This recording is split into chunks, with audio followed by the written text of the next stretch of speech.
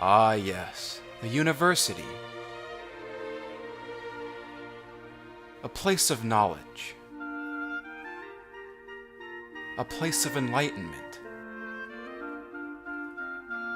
A place to learn, grow, and further your development as a human being, striving for wisdom. A place to transmit venereal disease. A place to get hammered and stoned. A place to be ideologically indoctrinated by communists. A place to fuck basic bitches, dude bro. Wait, what? What's going on, motherfuckers? It's Juice Boy, back from college. Whoa! It's lit! Fortnite! Okay, so before I go any further into this video, I need to make a few disclaimers. If you're prone to barfing, you probably don't want to watch this video. There will be images of things that might make you barf. This is your warning, because apparently a lot of you like to eat food while watching my videos. Don't worry, the next video won't have any barf-worthy moments. Next, prepare for an episode of pure bitching and moaning from me. Though if you're not a fan of the channel, then every video probably sounds like bitching and moaning, so it won't be anything new to you. This video will be mostly negative, so those who like positive, happy, fun unicorn times should probably just stop here. Third, most of my complaints are entirely personal and out of sheer disappointment with the state of humanity. Not all that factual or backed up with heavy amounts of evidence. Just personal experiences and encounters I've had. If you're just looking for straight up facts, you can skip to this part of the video. Also, because this is the internet, and if you don't constantly say positive things, you become some sort of nihilist in the eyes of the viewer, I need to make a disclosure that I do not hate people. And because it's going to sound like this throughout the majority of the video, my comments do not apply to all college students. So, not all college students is going to be a repeating phrase here. Lastly, I am not saying that you can't like anything that I'm about to trash on. And with that, let's get rolling. So freshman year of college just ended about 2 months ago, and I have to say it wasn't all that bad. I changed my major 3 times, I lost 30 pounds, so much for that freshman 15, this the freshman negative 30 for me. My introversion has only gotten worse, and my faith in the future of humanity is pretty much gone. I don't think I have ever thought more about my own mortality in my entire life. On the most fundamental level of human existence, it's extremely demoralizing to see just how poorly the first 18 years of most people's lives set them up for college and being on their own. And I don't mean that in the sense of just being lost and not knowing how and where to fit in and all that stuff. I mean that more in the way of people having been taught absolutely no personal responsibility or good life values, or a means by which to live their lives other than, whatever dude, just going with the flow, man. This is the motto that young people live their lives by. Fuck that motto. I look at all my peers, and half of them have absolutely no idea how to take care of themselves. Most kids spend their time getting high off all sorts of drugs, have late night parties every single day, and are busy getting drunk and fucking each other, waking up miserable and doing it all over again. That they forget they have their academics to worry about. They don't even take the time to put their garbage in the trash, and will just toss it on the ground somewhere. And yeah, I know. Not all college students. But there's enough that do pull off this crap, and they make themselves known. I'll get into some of the photos I've taken later on. To me, this seems to be a problem in large part of these people having received absolutely garbage parenting. Like, I can't honestly look at the way some of these people have behaved throughout the course of the last year and say to myself that they really had a good upbringing, with good parents who taught them how to be responsible adults who can take care of themselves and live a good life and make good decisions. No. These people had some of the worst parenting ever. Parents who have totally failed to prepare their children for life outside of home, and have failed to instill any sort of values in them. So couple that with the prevailing dirtbag culture that is constantly getting shoved in our faces, and you get the type of people we have now. College culture is dirtbag culture, or douchebag culture, call it whatever you want. It's a culture of decadence and stupidity, with the justification for all that being, come on man, we don't know any better. We're young, dude. We're gonna be in our teens and 20s for like the next 50 years, man. Who's got the weed? Oh, and relationships? Relationships aren't even a thing anymore. And I'm pretty sure they haven't been for a long time now. People just hook up, maybe have a fuck for the road, and then they're done with each other. That's it. There's no meaning in any of this. It's purely for shits and giggles. We have forever cemented the culture of free love amongst the youth. I asked a friend back home once how he and his girlfriend were doing, and he just flat out replied to me, "Oh no, she's not my girlfriend or anything, we're not going out." And I was pretty confused by this statement. What do you mean you're not going out? You've been seeing each other for a little over a month now, you're always hanging out with each other and going places and shopping together and buying each other stuff, and you're even fucking each other on a weekly basis. What do you mean you're not going out? Well, I mean, it's just different, you know? Well, what's the difference between going out with someone and what you're doing now? Well, I mean, like, it's just different. Like, I don't know how to explain it, man. I'm sorry. I asked him what his own girlfriend thought about the relationship, and he just said to me, "I don't know what she thinks, but like, we're not boyfriend, girlfriend or anything. Like, I don't know." I don't know? Later, he decided that he would officially ask her out on a date, and her response was, "Well, I don't really know. I kinda just wanna take it slow." Take it slow? What the fuck does that even mean? You're already fucking each other weekly. You're already doing all this other shit together. What does that even mean? But the thing about that is, they both already knew, without saying anything to each other, and despite everything that they were doing together, that they weren't actually going out. I don't engage in pop culture and the Instagram scene and all that other social media crap and the narcissistic delicacy of the selfie, so I must be missing out on some sort of lingo that we use now. And this isn't the only time that I've heard this description when I assumed two people I knew were going out with each other. "Oh no, we're not going out or anything." Despite the fact that literally everything you two do with each other may as well be considered going out, but fuck it. There are no real relationships anymore. Everything is just relative. We're all just fuck buddies. That's it. Especially at college. Free love, man! From the understanding that I got, if you're actually going out with someone, there seems to be a greater degree of commitment involved. One that's above all the hanging out and shopping and buying things for each other and sneaking out at night to meet up with each other and saying "I love you" on a daily basis and even straight up fucking each other. It's a level of commitment greater than all of that actually defines going out now. And apparently, until that moment, you're essentially a free agent in the relationship because there is no real relationship. You're just fuck buddies. We're all fuck buddies. Nothing more. It's literally a culture of free love. Oh, and everyone cheats. And I'm not talking about relationships anymore, though that may be just as true too. I'm talking academically. You had best believe that in the 21st century, with the amount of phone access that kids have access to in class, more than half of us are a bunch of cheaters. And I don't know how some people even do it, especially in college. In high school, it was super easy. The teachers themselves don't really care, and your classmates don't really care. Some teachers I had would even leave their tests on top of their desks, and once they left, someone would just run up to their desk and take some quick photos. My AP Comparative Government class in senior year of high school got busted because someone did this. And some teachers I've had will even review for the test by giving us the questions and answers that will literally appear on the test itself. It has never been easier to cheat. Unless schools nationwide just ban phones altogether and have someone staring at each individual student as they take tests, you had best believe that 20 to 50% of the class is cheating on this test in some way. Whether it's texting their friend who had the class beforehand on what the answers were, or what some of the questions were, or getting them to quickly take photos of the test, or somehow getting a hold of a former student's tests, or writing things down that help you on the desk, in your eraser, or on your pencil, or keeping a slip of paper in your hoodie pocket. However you do it, it has never been easier to cheat. I saw a video once of a guy who cut his pencil grip open and stuck in a piece of paper with test answers that could easily slide out of the slit through the pencil grip. Dedication to the craft of cheating. And I guess it also doesn't help when the teachers themselves are involved in the cheating. There are teachers out there, and I've had some, who really don't give a shit if you're cheating on their exams. But regardless, technology has made cheating so damn easy. So damn easy. And yes, again, I know, not all college students.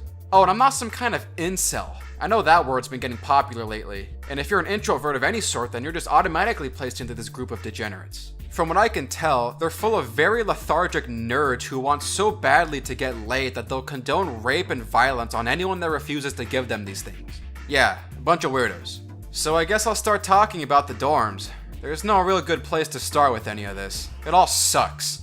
So you're required to live in the dorms for your first year here, unless you live within a certain proximity to the university. And I didn't really mind that rule. I can see the reasoning behind it. I mean, for most people, being ensconced in college life and college living is really important for them, because they need that community of people. Well, as I discovered throughout the course of the year, not me. A person like me does not need college for the community and the socializing and the dirtbag culture surrounding college life, or even to make friends, because God, do the people I have to choose from to make friends with blow.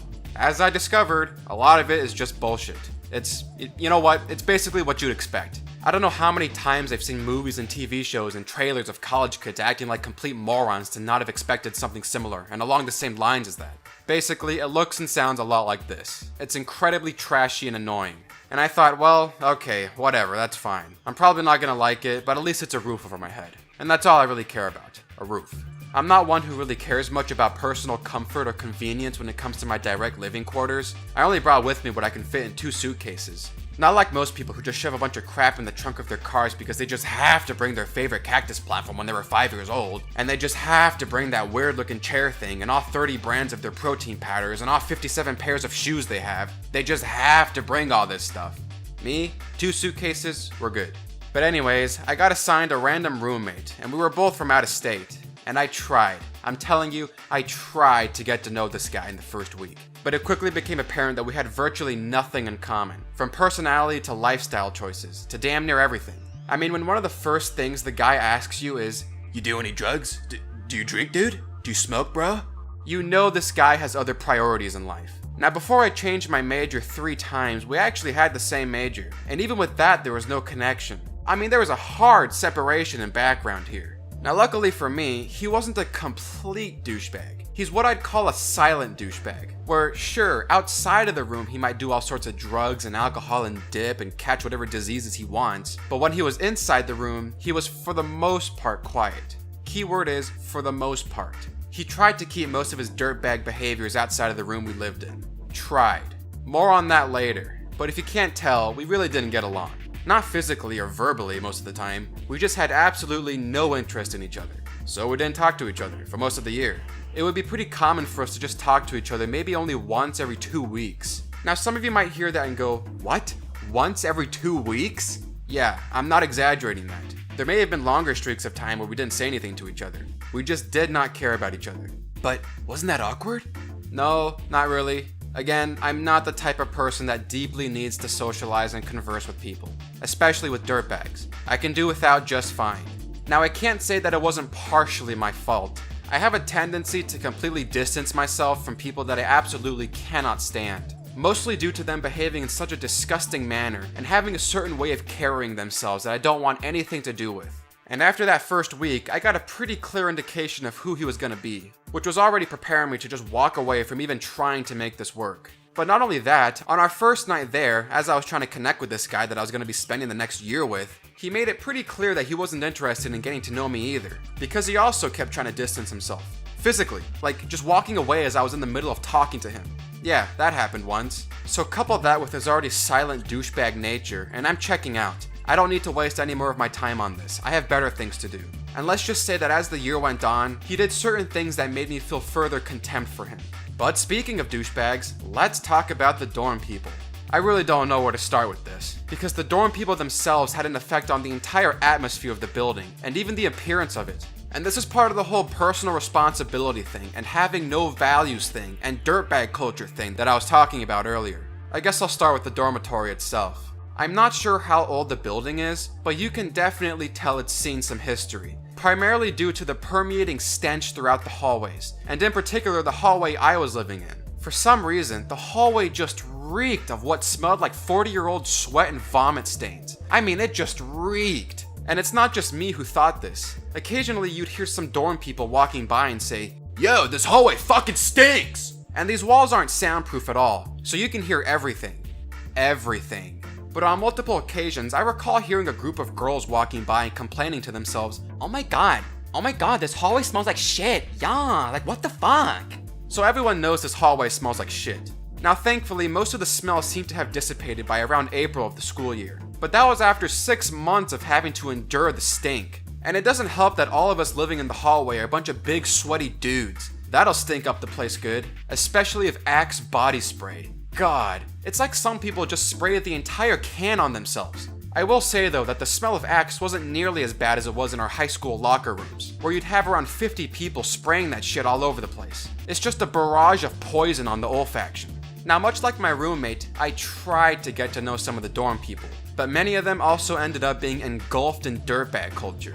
Understand that there is no sense of respect for your common man, In their eyes, you don't really exist or mean anything unless you're also an active member in the dirtbag culture, because the dirtbag culture is all that matters. Cranking my shit music all the way up to 11 at 1 in the morning? Yeah, why not? We're all dirtbags here, right? Fuck anyone else.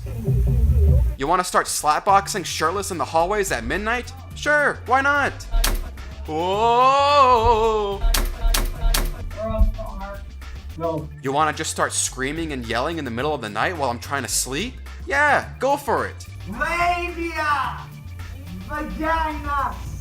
I just peed all over. Mine as well. Wait, I can just walk. No, Josh, dude, you know what? When we're sober and we can figure it out. No, you motherfucker, no. When we're sober. This shit stays when we're drunk. You know what? You're right. It's a good decor thing. Exactly. Here comes the shoe. Lord, yeah. Are they all here? I am Lord, yeah. I am Lord, love you. Now, the screaming and yelling was a daily occurrence. Same goes for the loud-ass partying and constant drinking. In fact, one time, one of my neighbors was drunkenly singing to himself at 1 in the morning, and I had to open my roommate's window and yell at him to shut the fuck up! Oh, and these people all have fake IDs, by the way. They're really not that hard to fake at all. And they even showed me a couple of the ones they made. Check it out, Juice Boy. In fact, my roommate took his own fake ID photo right in front of me. It's just what you do in college, you know? Academics? What's that? Huh? You don't want to act like jackasses with us? What are you, some kind of bitch? You little bitch, bruh? The personalities of the dorm people ranged from rural Oregon countryside boys, who really don't hold any rural values at all, to the dude bros that PC principal hangs out with that only pretend to be infatuated with PC culture because they just want to smash some puss. What the fuck is this, bro? Bro, that little kid wrote that our tolerant views and fight for social justice is just a way for us to crush puss. That's not true. Oh, I know, bro. We're being totally victimized. That little fucker did. To pseudo-edgy memers who still fall in line with leftist ideology if they go a little too far in their edginess. To people who fall somewhere along the scale of silent douchebag to obnoxious douchebag. And to the other quiet people that I'd only catch a glimpse of in the hallways. That were probably in a similar situation as me and just wanted to get the school year over with so they can get the hell out of there. By far, the obnoxious kids are the most prevalent ones. And you just know that your dorm living experience was gonna be a good one when on the very first night, the RA had to call the police because of reports of the stench of weed permeating in the air. Day one, bust out the weed, dudes. We also had the fire alarm go off in the first week because someone was smoking weed in their room. Oh, and our RA was complete garbage. Did absolutely nothing to enforce the rules in the dormitory. He just stayed locked up in his room and let the dirtbags run the place. He wasn't all that timid during the first week of school, but after he realized that no one in the hallway cared about the rules, and after he lost the will to be an enforcer of the place, he just gave up. And sadly, I think the dorm people got the better of him too. They started harassing the guy in the local Snapchat story by taking photos of him from a distance and writing crude statements in the caption. I didn't get any screenshots, but all I can say is that it did happen. And about 2 to 3 months into the term, he quit. He just left. I couldn't get any official reasons why, nor did the university or dorm administration send out an official email or letter saying, hey, your RA just quit. I just started hearing from people in the hallway that he was gone. And that was it. I actually had an acquaintance in my foreign language class who was part of the RA association, and I asked him about the RA in my building, and all he said to me was, oh yeah, he wasn't really having a good time. I think the dorm administration didn't want to mention anything about the RA being gone because that might have created more anarchy in the place, which, after the dorm people did come to the realization that we didn't have an RA, they just started screaming in the hallways at night, we don't have an RA! Whee! Yeah, fuck the RA, man! Fuck the RA! Yeah! And the partying and craziness levels just increased from there. So around 2/3 of the way through fall term, we had no RA, and for all of winter term, and for about half of spring term when we finally did get an RA replacement. But, much like the last RA, this one was just as ineffective in keeping the place calm and taming the dirtbags. Just the same non-existent presence. I do wonder though if the RA Association was having trouble finding a replacement because of the reputation of our building. Bean Hall seems to have a reputation for being one of the worst dormitories on campus. The first week of school, we had about a quarter of the people in our hallway just up and leave and transfer out to a different building. And the new people who did come in would just say nothing other than, yeah, this place kinda sucks. Though we do apparently have the best laundry facility. Sometimes I'd wait around for my laundry to finish up and I'd overhear conversations from people who live in a different dormitory say, wow, you guys have such a huge laundry facility. Ours is so small and I have to wait forever to do my laundry. I've heard that statement on numerous occasions. And no, I was not waiting around for my laundry because I was afraid that people would steal my clothes. I actually wasn't worried about that happening at all. I figured if anything, these people would at least leave my clothes alone. Especially since we had so many laundry machines that you'd never have to wait for one to be unoccupied. I think what happened here though is that our building is supposed to be sharing the laundry facility with the other building attached to us, Bean West. But throughout the school year, the entire building was being remodeled, so no one was living there, which might be the reason why it felt like we had so many laundry machines. So if my theory is correct, once the renovations end, the people living in the completed Bean Hall complex are gonna start complaining about the lack of laundry machines. But back to the shitty reputation of Bean Hall. It absolutely deserves that label. And honestly, I think it just has to do with the people. The people are what turned the place into shit. There's a belief out there that if people live in a shitty looking building, then the people themselves become shitty. No, shitty people turn the place into shit, and make it even worse than it already is. And that's what happened with Bean Hall. The Bean Dorm is not as bad as it's made to sound. Yes, it is. I don't know who this guy is, but he was either one of the dirtbags who saw nothing wrong with the shit going on in Bean Hall, or he was just one of the lucky ones who happened to live in the dorms at a specific time with decent people. But my theory is that they try to put the worst people together in one building or one hallway and separate them out that way. When you sign up for the dorm application process, you get a list of a bunch of personal preferences to check off on. And 2 of them include your approval or disapproval of drinking and smoking, and other lifestyle choices like keeping your room looking like shit or keeping it really loud. And I have a sneaking suspicion that the university tried to group together all the people that said they don't mind drinking and smoking and keeping their room looking like trash. And they tried to group these people together as best they could to try and contain the dirtbag.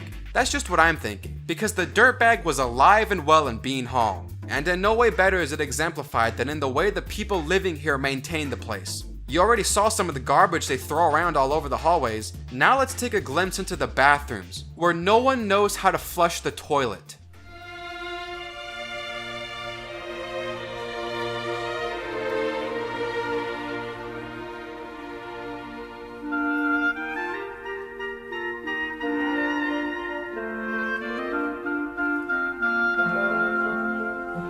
You have to be an absolute dirtbag to completely trash the place where you and other people are living. That's what dorm people are, dirtbags. My god, if dorm people were the only people around and in charge of running the world, we'd all be so fucked.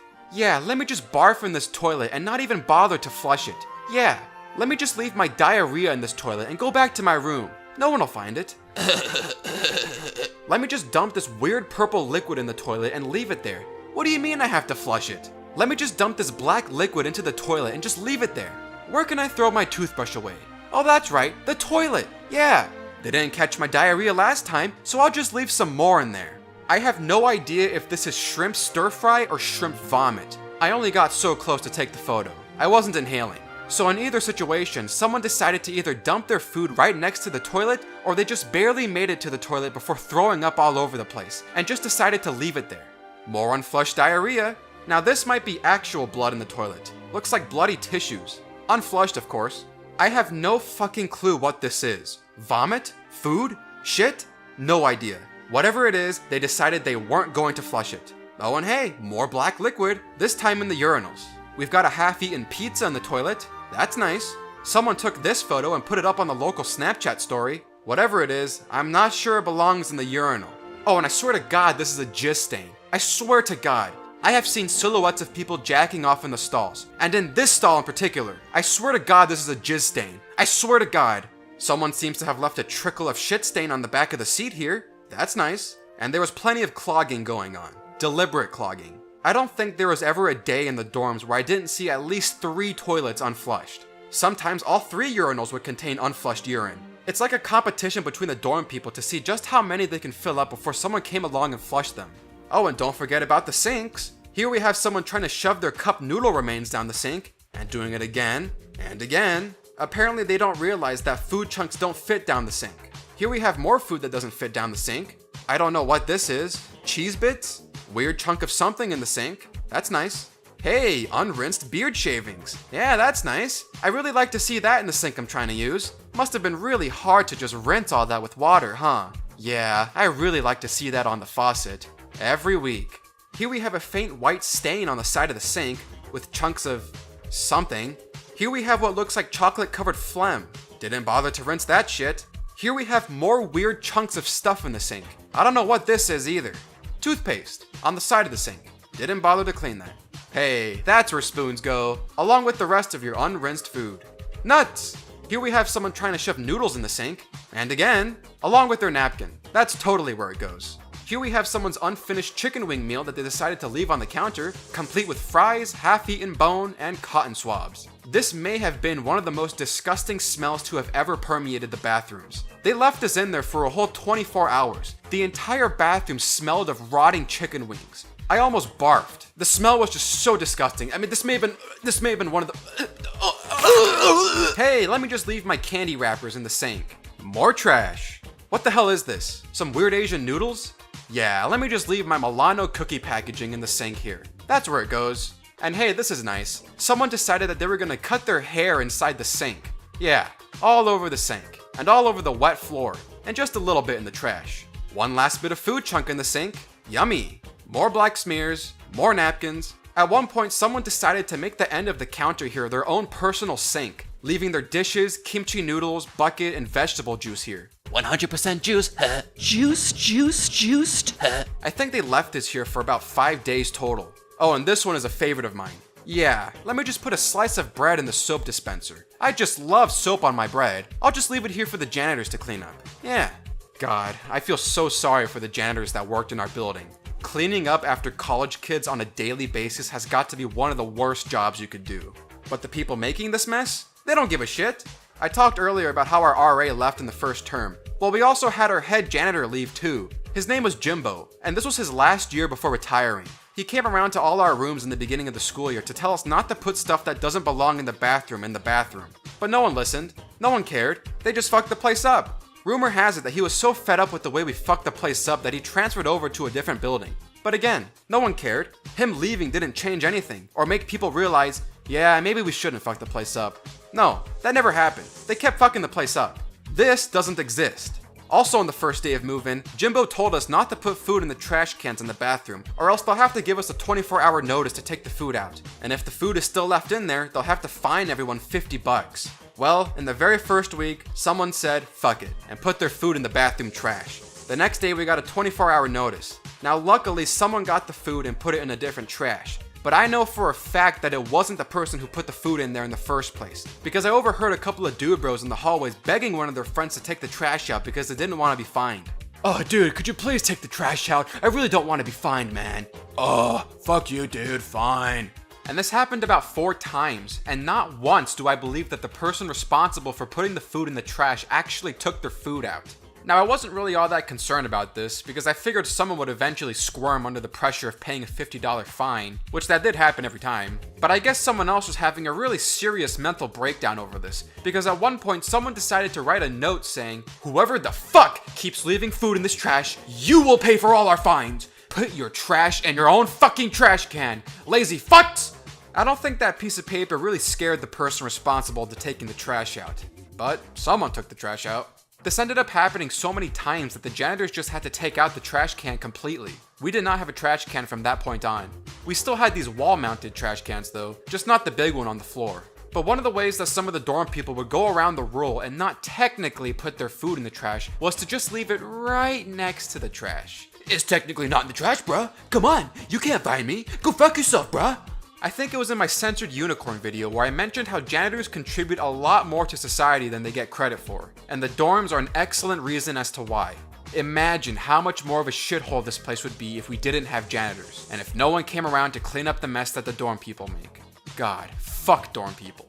But after Jimbo left, we got a new set of janitors, and these guys didn't seem to care to enforce the trash in the bathroom rule at all. So everyone just went back to shoving more food in the trash. Fine free. Now, aside from the shit they leave in the toilets, urinals, and sinks, one time they left their food trash just outside the bathroom door for some reason. They left it there for 24 hours. After a while, someone grabbed it and moved it over to the janitor's room. Yeah, let the janitor take care of it.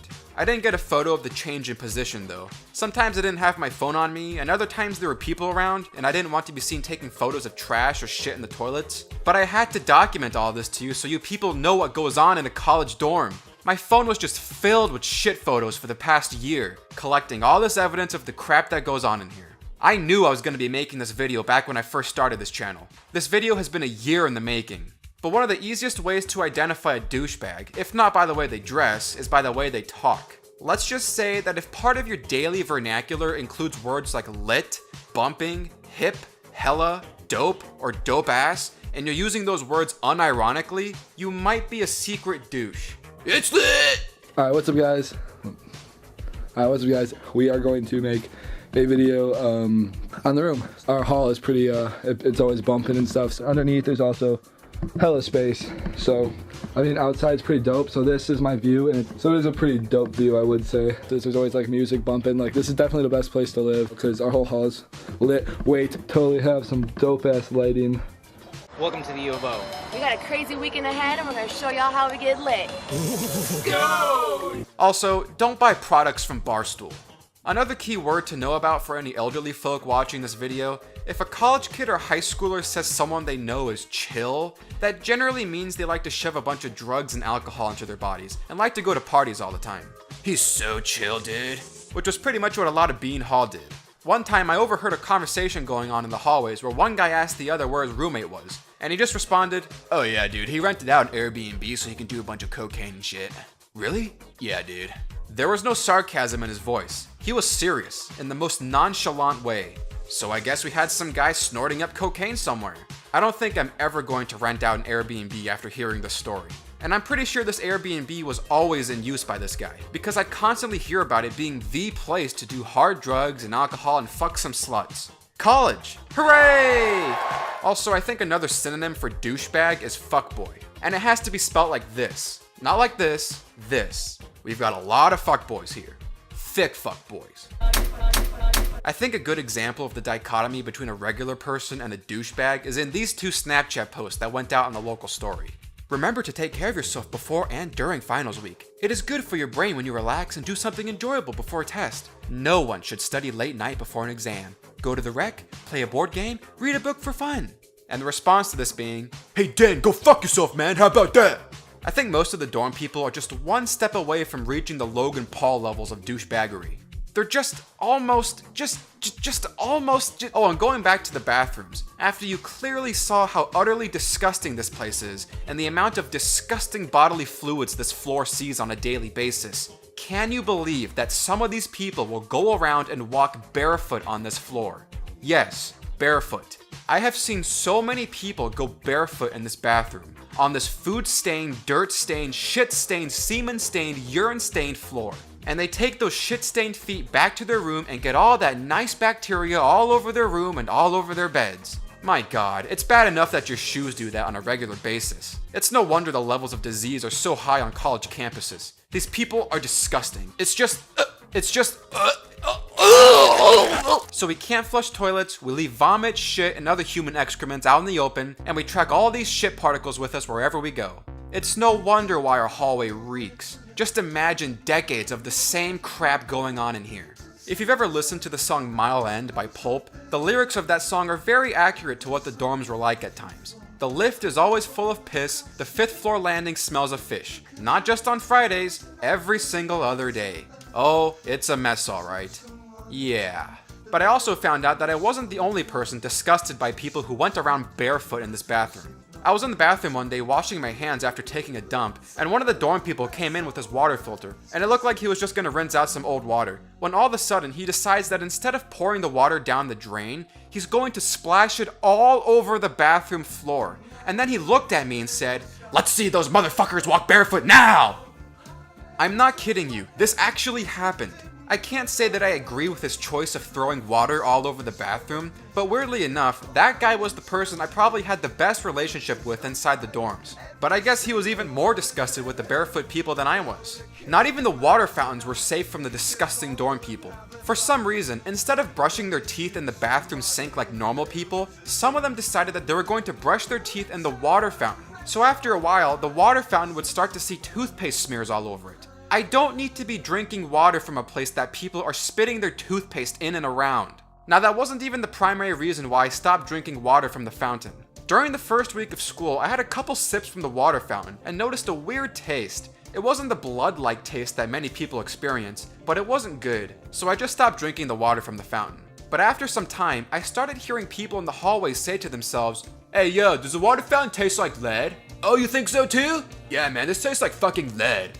I heard the lead comment on 2 other occasions. So yeah, I wasn't the only person who tasted something weird about the water. So I completely stopped drinking from that water fountain, or any water fountain on campus. And from that point on, I only drink water from bottles. Yeah, I know, I traded drinking lead for drinking leaching plastic. What can you do?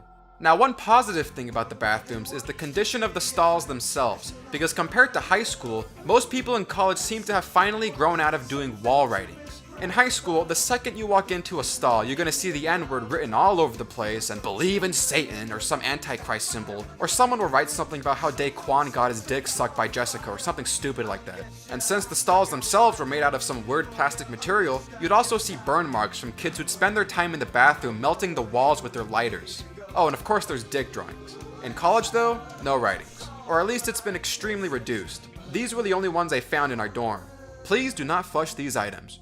Urine. To prevent colds, the flu, and other infections, do not wash your hands. And speaking of overhearing things that go on in the hallway, one time I heard someone say, Hey, do you want to smell my sweaty underpants? and then 5 seconds later, all I hear is, I guess he smelled the underpants. One time I was in the bathroom taking a leak when I overheard from the showers, I'm gonna get some more vodka. I downed that vodka, bruh. so I guess some of the dorm people also drink in the showers. That's not surprising. Yeah, the showers also weren't safe from the trashing of the dorm people, though compared to the bathrooms, it wasn't quite so bad. Sometimes I'd walk in and see beer cans in the shower. Other times I'd see someone's shampoo products everywhere because someone decided to start squeezing their shampoo liquid all over the curtains. Sometimes there'd be random trash on the bench, sometimes on the soap stand, sometimes on the floor. Sometimes you'd find straight dirt on the shower floor, or other times you might find straight trash. Here we have a napkin for some reason, and some translucent plastic wrapping along with the ripped off top of some other package. Thanks for leaving your trash in the showers, guys. One time some moron left his laptop in the shower. I'm not surprised. It wouldn't surprise me either if someone decided to give it some water damage. It was gone the next day, so I'm not sure what happened to it. I think the worst place to live inside the dorms is right in front of the shower room.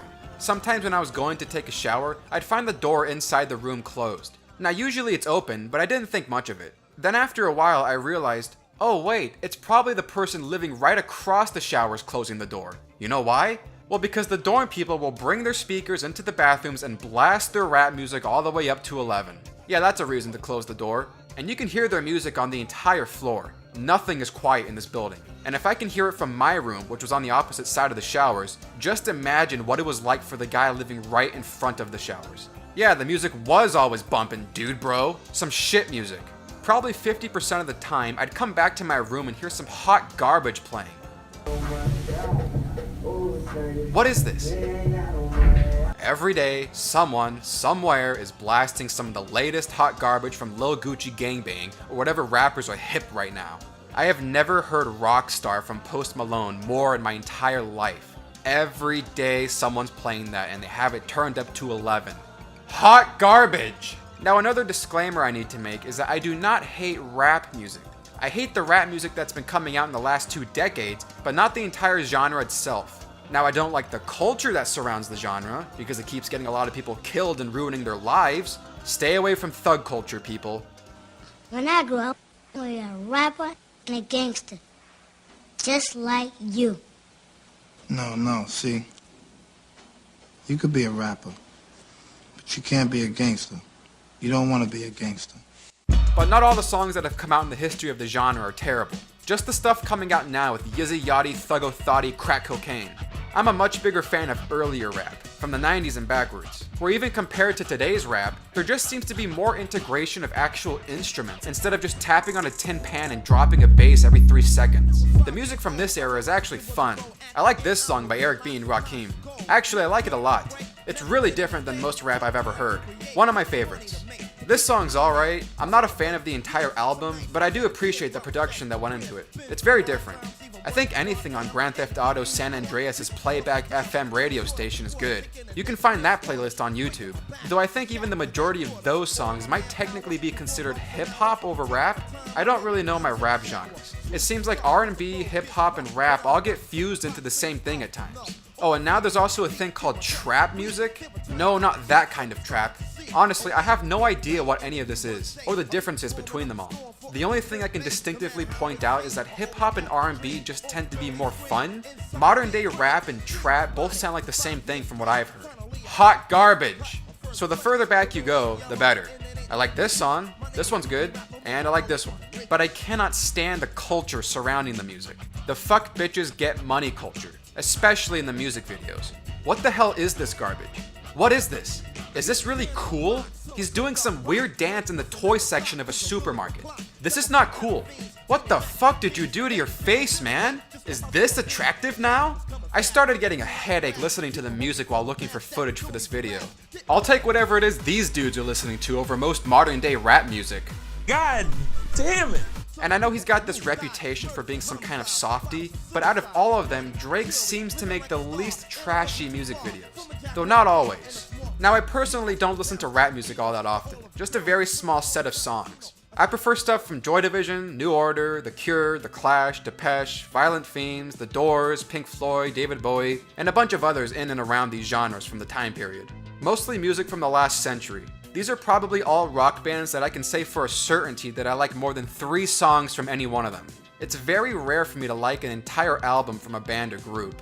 And I'm not much of a fan of AC/DC or Led Zeppelin all that much, other than Immigrant Song. I used to like their music a lot more as a kid, but now I think a lot of their music falls more into the generic rock for me. Probably because their music is just way too overplayed in media. Though I like the Two Cellos rendition of Thunderstruck though. That's awesome. And I'm not really much a fan of metal music, mostly because a lot of it just sounds like incoherent noise over something with an actual tune to it. Even a popular group like Rammstein I don't really like that much. Between these two, who get compared often, I'll take Laibach over Rammstein any day. I honestly have not found a single Rammstein song that I like over the stuff that Laibach makes. I'll take Laibach's Transnational over Du Hast any day. And I've been told that Transnational sounds like terrible demon music. Oh, but I do like a couple of Rob Zombie stuff. He's more fun metal though. I have a much better taste for industrial music.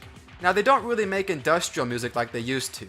It's gotten heavily blended in with dubstep and EDM nowadays, which I prefer the old-fashioned banging on pots and pans over a dubstep beat. But some industrial bands that I like, which you may have already heard some of their music being played in my end credit sequences, include Ministry, Revolting Cocks, Skinny Puppy, Nitzareb, Test Department, Frontline Assembly, Front 242, and in some regards you can also include 9 Inch Nails in there. Though I hear now that their stuff is being classified in the subgenre of industrial metal.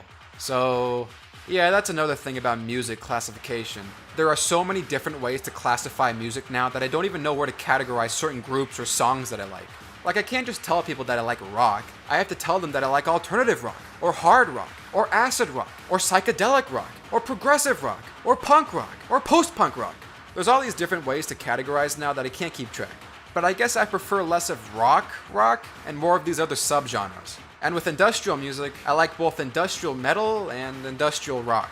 So from the way I understand it, something along the lines of Ministry's So What is a good place to start for industrial metal, and Attack Ships on Fire by Revolting Cocks is good for industrial rock, whatever any of these things are.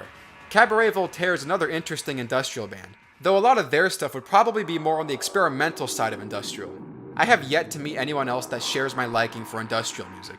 Oh, and for those who keep asking, what song is that in the outro? I tell you in the outro. It's right there. It's always been right there. I also like some old soul tunes. It's nice to listen to when you're just hanging around. I also like music that to most people can't even be considered music at all, and just more strange noises. Not noise like hardcore metal static, but noise that doesn't really form music over just being a mesh of sound effects. One group in particular that I like is Negativland, and their song Time Zones. That's a classic, and it's also hilarious. Do you know how many time zones there are in the Soviet Union? It's not even funny. That's ridiculous. Do you know how many? It's not even funny. That's ridiculous. Do you know how many? That's ridiculous. Do you know how many times? That's ridiculous. And the type of experimental music that I enjoy doesn't have to follow one genre over the other. I think the movie Twin Peaks Fire Walk With Me has one of the best film scores that I've ever heard. And that's all just weird, distorted horror noises. This movie may just have one of my favorite scores of all time, and it's all scary music.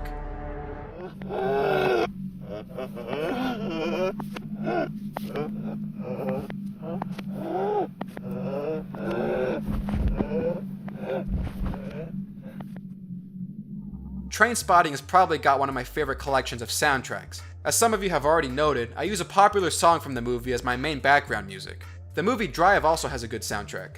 Now, I think the current state of music is not good, at least with new things you hear on the radio. But with that said, we have never had access to a bigger library of music in the entire history of the planet. So if you don't like anything coming out today, there's a whole catalog of stuff from the past that you can find, or more obscure groups that can be easily found.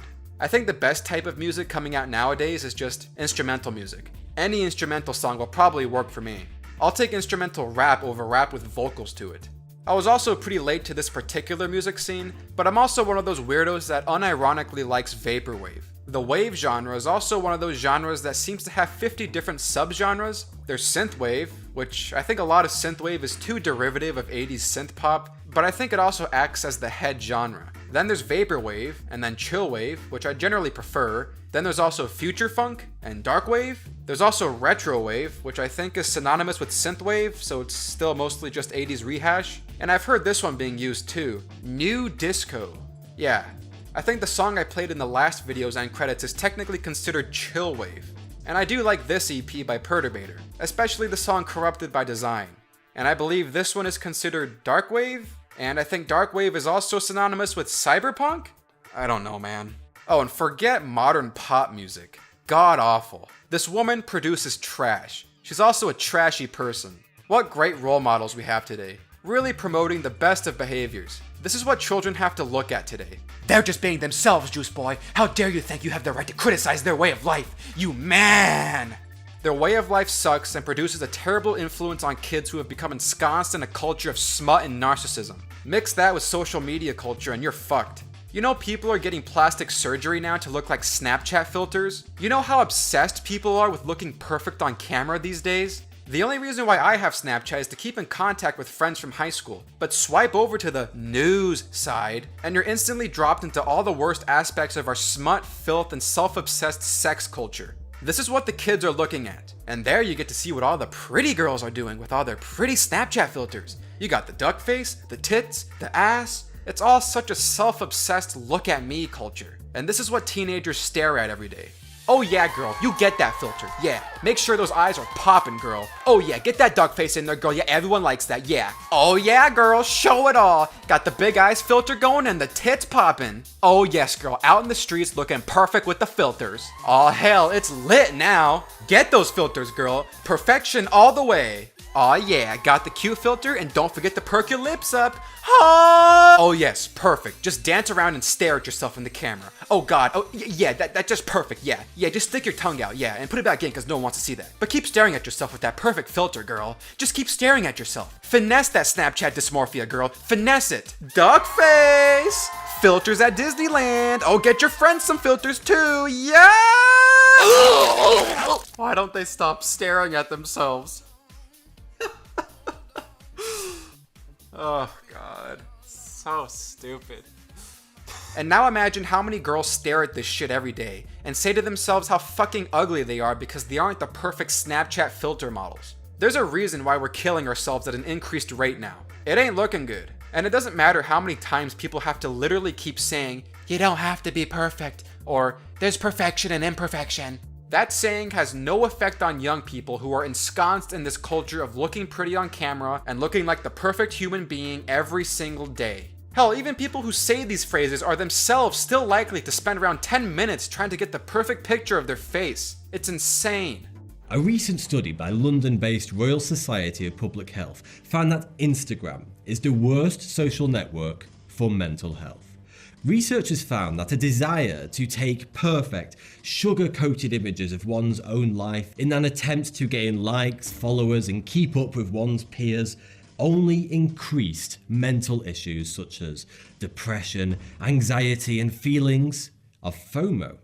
But going back to the shitty pop music, Thoughty2 made an interesting case as to why modern pop music sucks. A summation of that video is that basically lyrical intelligence has decreased, the diversity of timbre in music has decreased, harmonic diversity is decreased, and everything is louder, dumber, sounds the same, and a lot of it is being written by the same two people. And I'm not saying that there aren't good songs made from this century. I think this might be my favorite hit song of the 21st century so far. And there's a bunch of other good stuff. It's just that a lot of modern pop is trash. And these days, you'd be hard pressed to find anything good on the radio. These two songs may have been the last gems that I've heard on the radio. So radio may be dead, but there is a slew of good stuff to be found around the hidden corners of the internet. A slew. And aside from just plain instrumental music, I think video game soundtracks are where a lot of the good stuff can be found. Hotline Miami has a popular soundtrack collection that you might like. I used the main menu song as the outro for my Spam Gangs video. And The Crew has an awesome main menu song.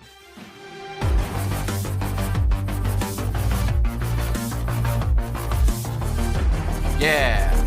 If you know any songs that you think I might like, feel free to type it down in the comments section. I'm always looking for good music. Alright, that's about it with my thoughts on music. Back to the shithole.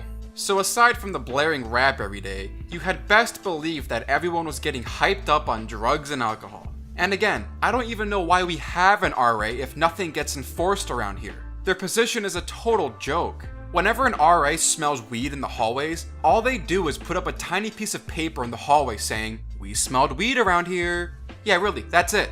I'm sure that'll do something. Sometimes the fire alarm would be triggered because some moron was smoking in their room or in the hallways. That happened a lot more often once our first RA left. I'd walk into the bathroom sometimes and just get a strong scent of weed in the air. Goddamn druggies.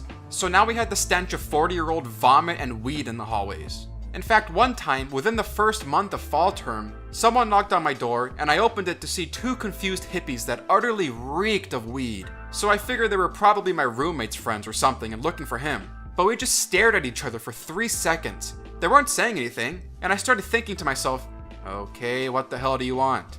And then finally, after awkwardly staring at each other for 3 long seconds, one of them speaks up and says, "Hey, you got some gas?"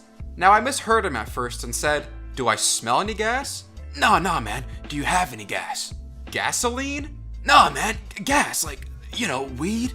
Oh my, so this was also my first time ever hearing the nickname gas for weed. But apparently, even after seeing my confusion on the subject, they still wanted to press me for some weed. No, I don't have any weed, sorry. And I figured they would just leave after that, but the dirtbag followed up with, "Oh, okay, but do you know anyone else around here that has gas?" Oh my, the whole time inside of my head I was thinking to myself, do I look like someone who'd be peddling weed or would even want to know anyone peddling weed? I used to know some real weed junkies back in high school, but they just got so obnoxious for me to put up with anymore that I completely dropped all contact with them. I'm just gonna say this about weed. Stay away from it. It impairs your memory, thinking, and basic cognitive functions. That's from the National Institute on Drug Abuse. And from what I've seen, you start smoking weed, you start doing this with your face more often. I don't know what the hell it is about weed, but everyone I knew in high school who were hardcore weed smokers would always have this look on their face. The weed face. I don't know what the hell this is, but they always did it. I swear to God. But besides that, most hardcore smokers I've met are extremely obnoxious people, and they love to do the weed face. Now that said, I think it should probably be legalized across the country. Fuck it. It's not like banning it has done any good, and we already know how that works. But it's your own prerogative to decide for yourself whether or not you want to ruin your life or not. Oh sure, cigarettes will kill you, but weed will ruin your life. And I'd rather kill myself before I ruin myself. So back to the story. He asked me if I know anyone else in the hallway that sells weed. And I just wanted to get this guy out of my face so I can breathe again. So I just tell him, "No, I don't, sorry." "Oh, okay, man." And that was that. God, they smelled like shit. Like the stench of fresh cat urine straight into my nose. Now after I closed the door, I whipped my camera out and started recording.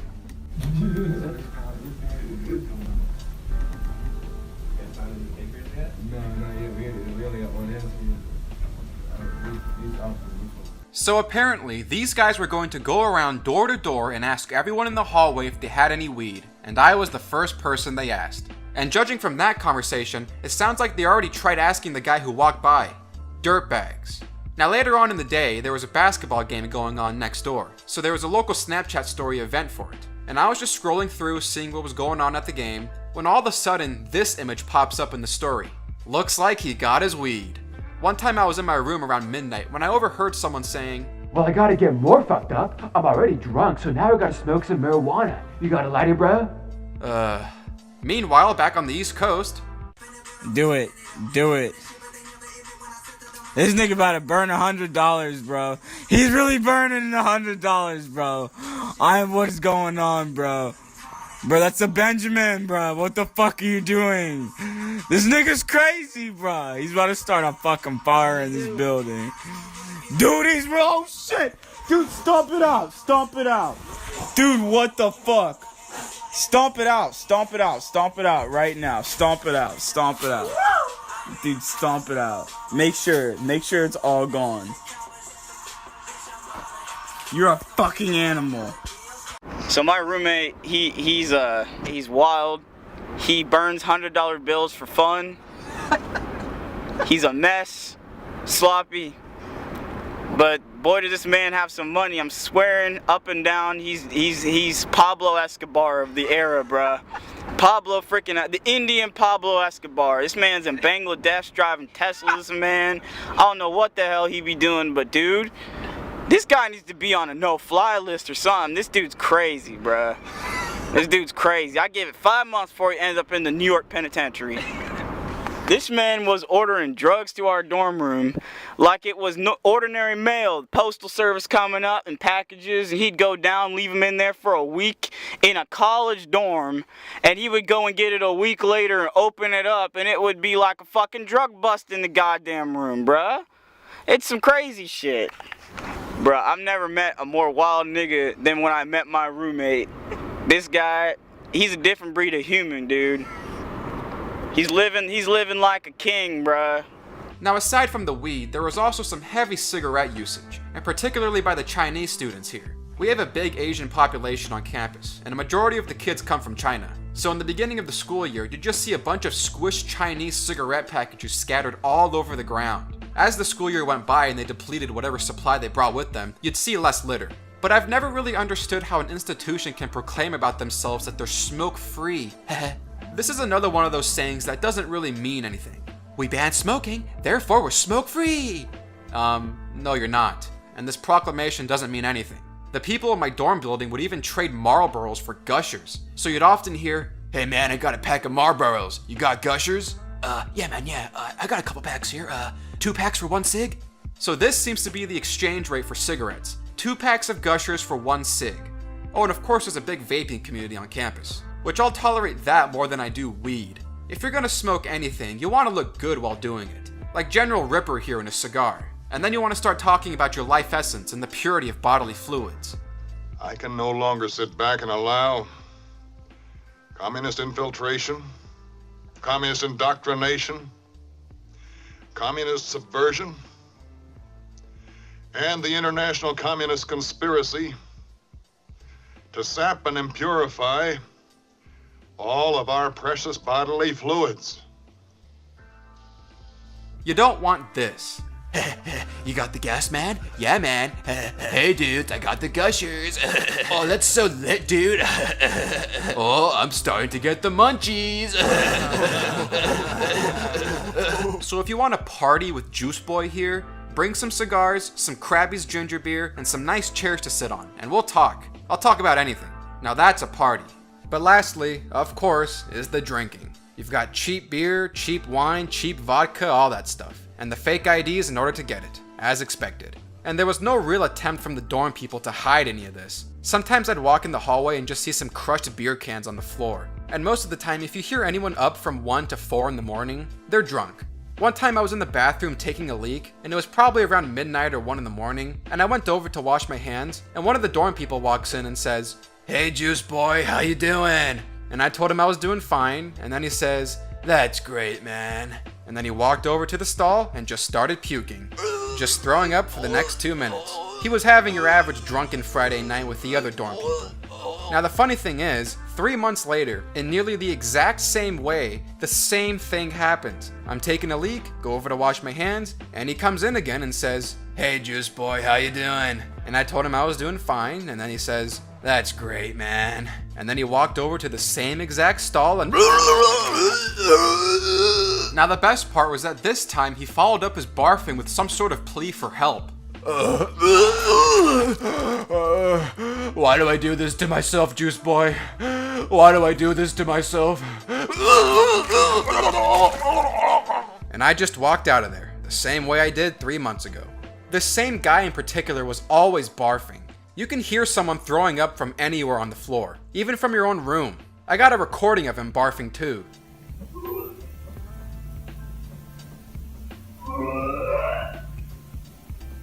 At least this guy flushed his vomit, unlike the other people. Growing up for me has been nothing but a long observation of the fact that many of my peers cannot take care of themselves, and many are hopelessly stupid. I've always gotten along much better with people who are many years older than me, primarily because they talk and behave in a way that clearly shows their life experience and level-headedness, and they don't go spending their time asking around for Shaniqua's nudes because damn, that girl's thick. There is an expectation as a young person to act like a moron, objectively, and society excuses this kind of behavior. Subjectively, you're just doing all this stuff because it's fun, man! Living the dream! Having a sick time! Have some fun, bro! You're young! But in reality, you're engaging in a squalor of behavior and acting like morons. What are you, morons? By and large, society does not train you anymore to grow the hell up or do something productive. Honestly, we've been postponing adulthood for years now. We have man-children out in the streets. No one is teaching us to grow the hell up, and especially not the dorm people's parents or college culture in general. You're wasting time that can be spent doing more productive things, or developing your capacity to grow as a person, or go and take the initiative to learn something new. But this culture of pure indolence and decadence heads towards entitlement and narcissism, to the point where students now start complaining because the teacher won't let you use the calculator on your iPhone on a math test, because you were careless and forgot your calculator. Or you complain because you want the dictates of the profession you're trying to enter to cater to you, instead of you acclimating to the profession or the learning environment. Well, I'm more of a hands-on learner, so I want you to cater to me and change the entire layout of your course to fit what I want. I'm a very bright person, but I do not do well in an academic setting. I think that adding some of these touchy-feely and interactive classes, I mean, I got through a chemistry class because I had an instructor who saw that, you know, the book was hard for me, so the lab part was the part I could excel in. I think this is very important to, you know, not all of us are book learners. Well, you know, I could say that I also have a high opinion of myself, and I'm not very good at dancing. But I really don't think that ballet schools should be adjusted to take for people like me. People like me shouldn't be in ballet. And the school you have to realize too that it's not a question of what you like or what you're good at. There are requirements in the world that if you're going to build bridges across the river, you have to know a certain amount of math. If you don't want those cars to fall into the river as the bridge collapses under them. And if you want doctors who can cure people, you're going to have to have people who know chemistry, whether they like it or not. So we don't have the option of just doing whatever happens to feel good to us. Or you start complaining because the teacher doesn't want you to charge your phone into the outlet in the classroom, and you start bitching and moaning when you should have taken care of that crap earlier, and waste time arguing with the teacher. Oh, you mean I'm supposed to take personal responsibility, dude? What are you, some kind of nerd? What are those? I went to a pretty ghetto middle school and high school in Northern Virginia, so I've seen a lot of trashy students. None of this behavior is new to me. This type of self-entitled complaining and lack of personal responsibility, or even discipline amongst many people that I've seen on a daily basis and all around social media, is one of the reasons why I think the lifespan of this country is running out, and fast. I am very pessimistic about the future. We've successfully created a culture of completely self-obsessed jackassery, and there's plenty more to go. I don't think I met a single person in my class who was remotely interested in their major, or had anything significant to say about their interest in it, or even devoted most of their time towards trying to master it. Oh sure, I've met a few upperclassmen who are more committed to their major, but it's like there's this expectation at college that your first year is supposed to be spent acting like a complete moron. You're not really supposed to be taking any of this seriously. Let's just smoke some weed and fuck some bitches. That'll do. Hey, what about my education? Hey, what about my future? Do you people ever think about that? Psh, what a fag. There's no sense of seriousness at a university, especially not in freshman year. And that was my biggest mistake, expecting more people to be taking this seriously, especially with the constant media barrage of, college is good, go to college, educate yourself, college is so good. No, none of that makes any impact. Listen, Juice Boy, I just need to get this chick to fuck me, alright? If she fucks me, then we're good, alright? What kind of life metric is this? My friend back home puts this issue in a much better way. Alright, dude. Alright, look, man. College has just, like, changed me for real, dude. Like, high school, I took everything, like, I just took a laid back type of vibe to high school. And when I get to college, there's, like, thousands and thousands of dollars over my head, dude. Like, thousands and thousands of dollars. And, like, people decide to come here and go to a party and then come back and go to class and do the bare minimum and then try to study during finals week, try to study all the material that they didn't even care to learn during finals week. You see how much sense that makes? Like, colleges know kids don't think far enough to understand what's going on. So they just place this platform for these kids to come here and just waste their money. And before you know it, they're in debt. And the colleges don't really care. They're just here for the money. And whatever money they spend it on, it's just more for infrastructure than more than anything else. Maybe they might have a couple new labs here and there, but most of their money goes to the infrastructure, just so they can make it marketable for kids to come to their college and make more money. That's just how I see it. And if you just come to college and do the bare minimum, knowing that you're going to be in debt, you might as well not come to college. You might as well just go to a vocational school, go learn how to be a plumber.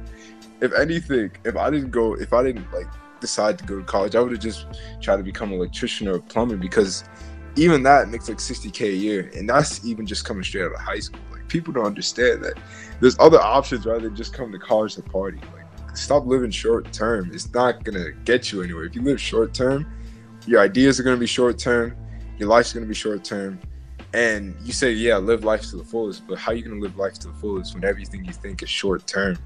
Like, it doesn't make sense to do that.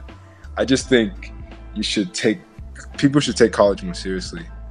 They should like actually try to get the higher level education and do the best you can. I know I'm not saying everybody should go shoot for a 4.0, then make themselves a nerd at this point or a NEEF and just stay inside. I'm just saying, like, try to do the best that you can to your own ability. Don't come here doing the bare minimum. You're just wasting money and you're wasting time. And nobody wants to be wasting time, because time is a virtue. And once we graduate out of college, we're going to be doing things that we like doing for like 40 plus years. What's the sense in you coming here not to achieve that goal?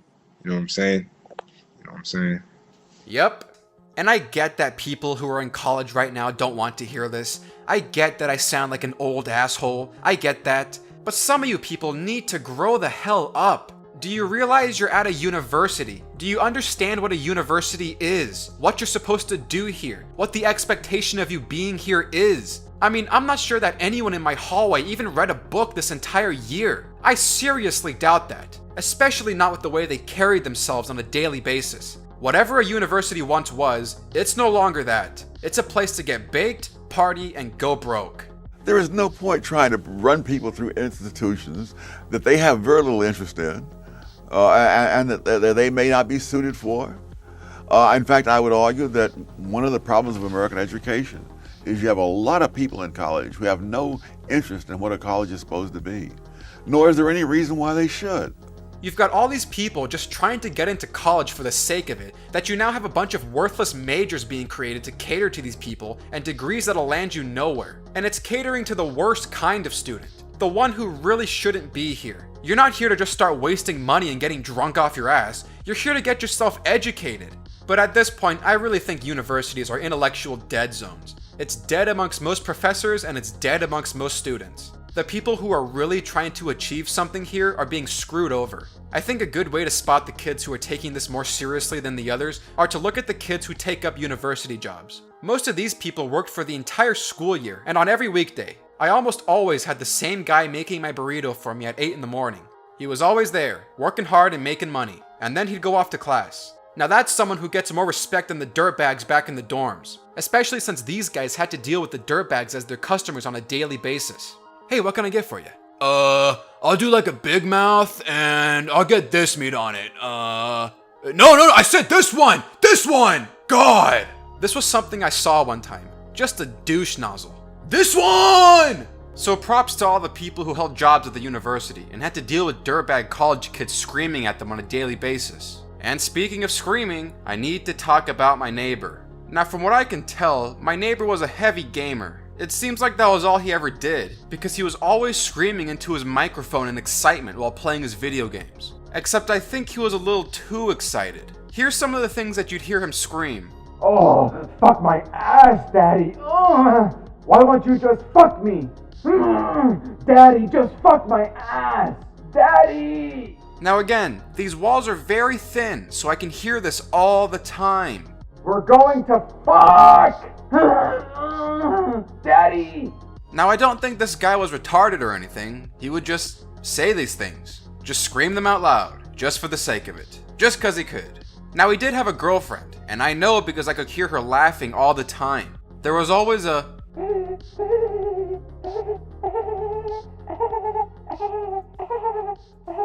going on from next door, and every time he would scream and rant, she'd be right by his side laughing it up. Daddy, just fuck my tight asshole! It's kind of like what you'd see in a meme of some dude screaming, except in real life it's just annoying.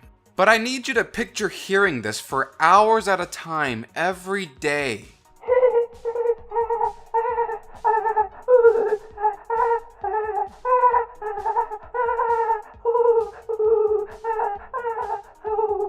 And speaking of laughing, as if these guys couldn't get any more douchey, they all had the douchebag laugh.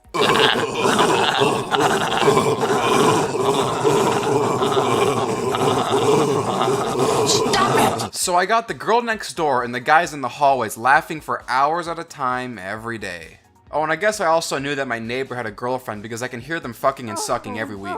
And hey, speaking of fucking, let's go back to my roommate. I think the guy had around 5 to 6 different women come around to the room throughout the year. They were all fuck buddies, of course, but before he broke up with, or stopped being fuck buddies with his first girl, they decided they were going to have a whisper argument inside the room while I was in there. And I don't care how quiet you think you are not going to quietly whisper to each other in the middle of an argument. Now, as much as I didn't like this girl because she was pretty trashy, much like all the other girls my roommate brought back, she said something in their little whisper argument that I think says a lot about my roommate.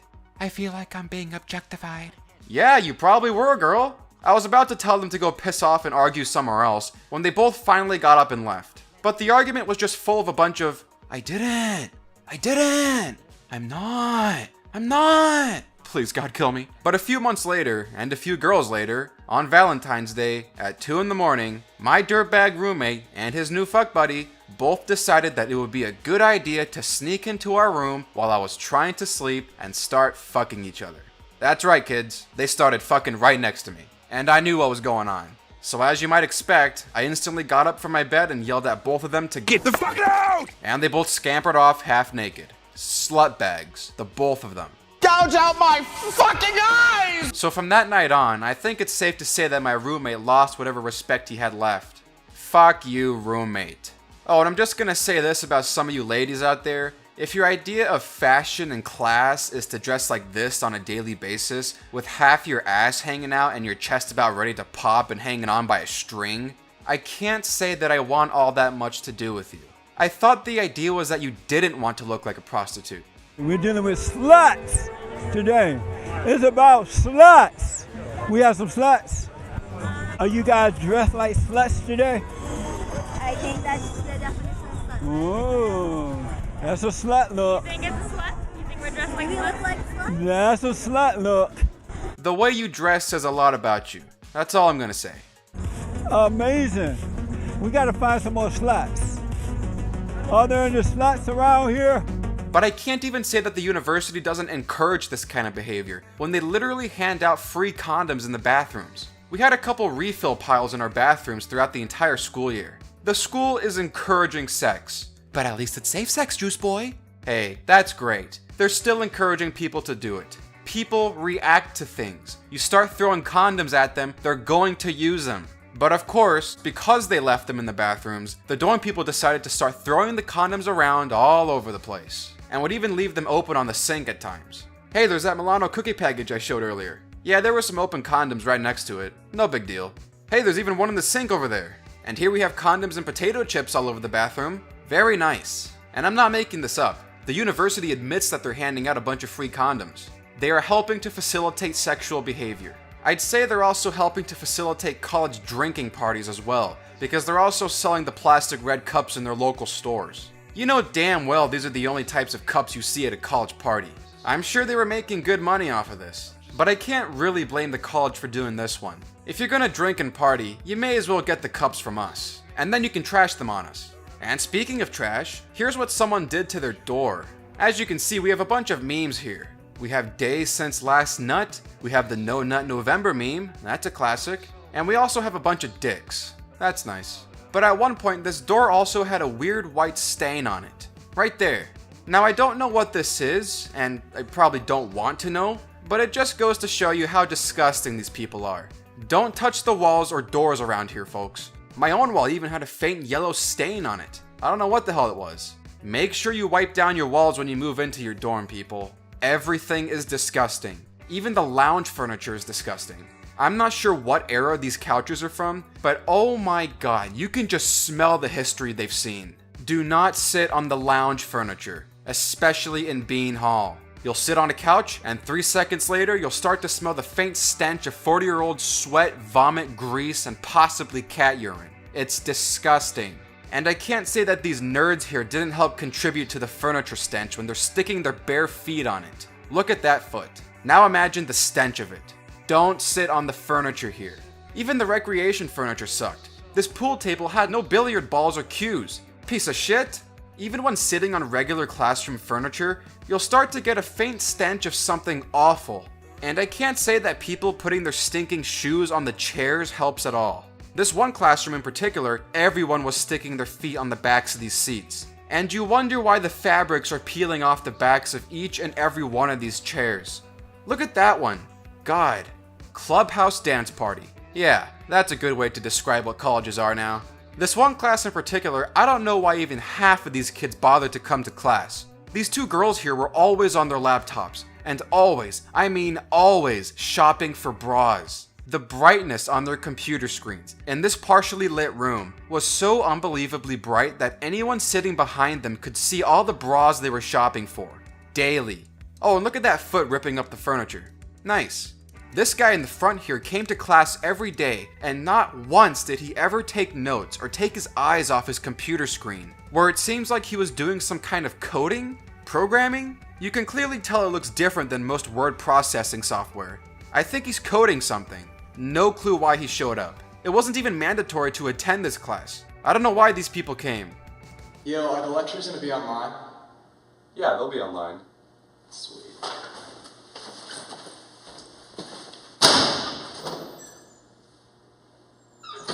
Oh, and this is another point I need to make. Can you people please start to become more self-aware of what you're doing when you're in public? Like everyone sitting around me in class was being blinded by the light of these two computers. I could see people sitting close by to these two chicks, squinting their eyes and putting their hand up because I swear they had their brightness up all the way.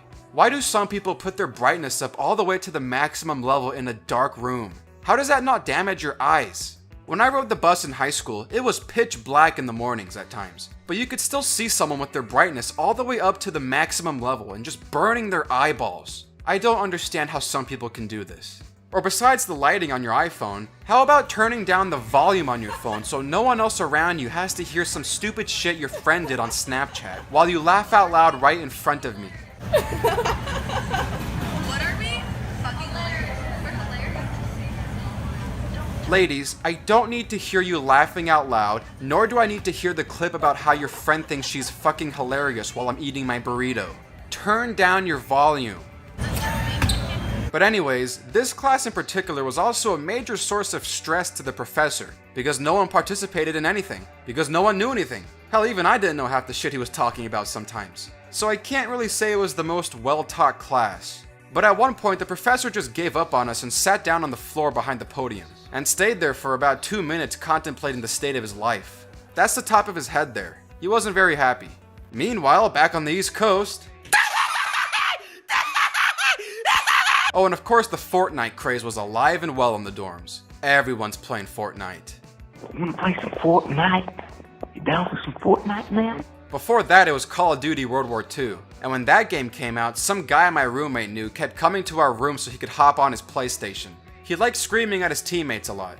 Oh, come on, teammate. Why do you gotta suck so much dick? And I didn't get any recordings of some of the other things he'd say, but one of his go-to insults towards his teammates was to call them all blind-ass, Helen Keller-ass Negroes. Or, you're all a bunch of Helen Keller-ass bitches. And if it wasn't him coming over to the room, it was a bunch of other dirtbag friends of my roommate coming over and sitting around all over my bed. So when I'd come back to my room, I'd see the sheets on my bed looking like a mess. I made sure my roommate fixed it up every time I came back. Alright, I don't think there's much else for me to cover about the dorms. I think that's about it. Overall, I think it was a pretty good look into how most people my age really don't know how to take care of themselves at all, and how many are also horribly disciplined, like to trash places, and are borderline criminals. At least 2 of the people in my hallway have been to juvie before.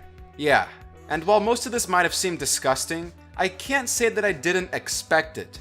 You can only see so many TV shows and movies and commercials of what your average college is like, and get a pretty good sense of how it's gonna be. None of this was really shocking to me. It was all just expected. I can't say that I really expect much more than this from a bunch of sweaty dudes in their late teens living on their own for the first time. I expected it to be a pretty sick experience. It wouldn't surprise me if I caught some sort of disease from the time I spent here. But this is also a good reason as to why I think the notion of free college is horseshit. You had best believe that I don't want anyone's tax money going to kids like this, who couldn't give 2 shits about actually learning something, and are just here to party and indulge themselves. If college is already a waste of time and money for so many millions of people, imagine how much more of a waste it'll be of trillions of taxpayer money. Yeah, no thanks. American education is in serious need of reform. Betsy DeVos should immediately dismantle the Department of Education. Immediately. But hey, if after all this you still don't believe my stories or photos I've taken, here's an audio clip of our residence hall manager scolding us because he would constantly get reports of all the shit that goes on in our building. Biohazard waste, you all will get charged for it unless someone cleans it up. The second thing, so over the last term, I've been getting a lot of reports about people smoking on the Wilcox second floor, right? I'm aware that on the opposite side of us, y'all are smoking in the stairwell. I'm aware y'all are drinking in the stairwell. Give me 1 second, I'll bring the walkie-talkie down to you in a moment.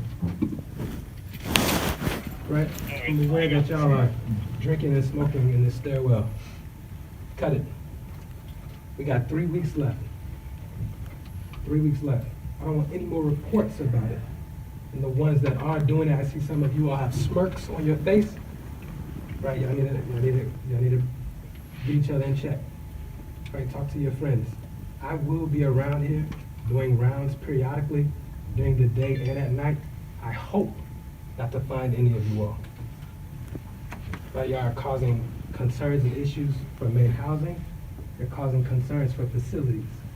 It's all coming back to me. Your parents are calling. You got 3 weeks left. I don't want to hear about it anymore. Is that clear? Yeah. Yes, it's true. There's about 20 of us here. About 6 of you responded. Is that clear? Yeah. Thank you.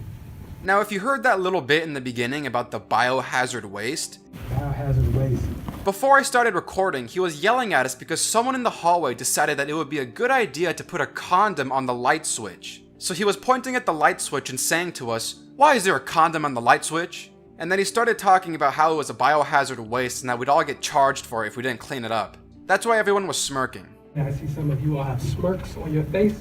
Okay, I'm done with the dorms for now. Fuck the dorms and fuck the dorm people. So now let's talk about the campus. Aside from the shitty dorm people, the campus is actually very nice. I don't really have any complaints about it. If you love the geography, you'll love the look of the campus. It's very green here in Eugene, Oregon, of course. In the summer and fall, you'll find a lot of people just laying around on the grass. Good old hippie town.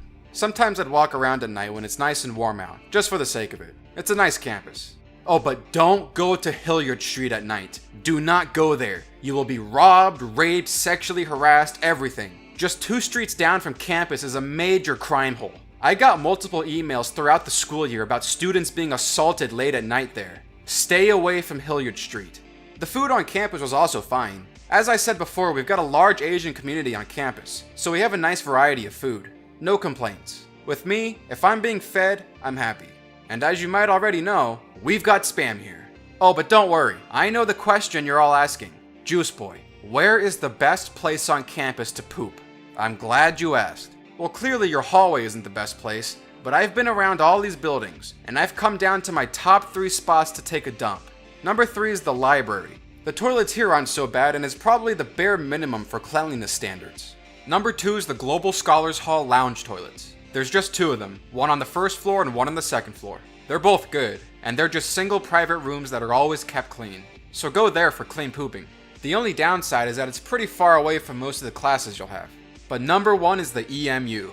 On the second floor is probably my favorite bathroom on the entire campus. It is clean, it is regularly cleaned, it does not smell, it's a favorite. Now the only downside with the EMU bathrooms are those damn toilet sensors. I don't know about you, but I freaking hate toilet sensors. I take long dumps, and the last thing I need is for the toilet sensor to randomly trigger and flush the toilet while I'm still sitting on it so it can get my butt all wet with shit water. Now if you're being plagued by toilet sensors like I am, I do have a workaround for you. All you need to do is shove a piece of toilet paper inside of the metal sensor mount to cover up the sensor, and you're good to go. I have yet to encounter any problems while using this tactic. You're welcome. Now on to the professors. I think most of you might have expected this video to have been more about campus free speech control and crazy leftists and whatnot, but honestly that gets covered so much in right-wing media that I didn't really want to talk about it that much. It's not anything you haven't heard of before. Yes, there are communist professors here. I had at least one confirmed communist professor my fall term. Yes, it's embarrassing, but what are you gonna do about it? It's Oregon. Eugene, Oregon. Now, most Oregonians aren't bad people, nor are they all communists. There's just dirtbags, liberals, and homeless people around town. And the dirtbags are mainly centered on campus, and maybe around the downtown area, and some of the trashier parts around town. And they're not all that politically active, just trashy. But most of the other straight up liberal folks around here are very nice people, as long as you're not talking about politics. If you go out into the countryside, I'm sure you'll find some more Republican leaning people, and I'm sure they're fine too. I mostly blame the city politicians for the problems that Eugene, Oregon has, and the way that they manipulate the voting base into thinking in certain ways, thereby allowing them the popularity to enact certain policies. Bullshit policies. My grandpa was telling me a story once about how he was trying to get a road built to his new house, but the city council wouldn't let him build that road unless he specifically paid for and planted about 20 trees along the roadway. And my grandpa kept telling them, okay fine, I'll plant your damn trees, but there's no way you can fit 20 trees on this road. You can only fit like 12 at the most. What are you guys talking about? You plant those 20 trees or you don't get your road. And after a while, because he had to get that road built to his house, he had to do what the city wanted and bought 20 trees for the new road. And just like he told them, you could not fit 20 trees on this road. And he expected the city to repay him for the 8 extra trees, and the city just said, nope, no refund. So yeah, screw city planners and politicians. But the town itself isn't some kind of communist organ. There's just a lot of liberal tendencies mixed with the need to keep Eugene weird. Which, the way they go about doing that isn't very smart, but I'll get into that later. Back to the actual communists. Now your professors won't just tell you that they're communists, unless they're completely full of themselves and their self-congratulating virtue, but some of my professors didn't really make any attempt to hide it either. Just do a Google search of your professor and you'll probably come across their Facebook page, where they say something stupid about themselves like, proud and exalted communist. One of my professors had something similar to this on their profile.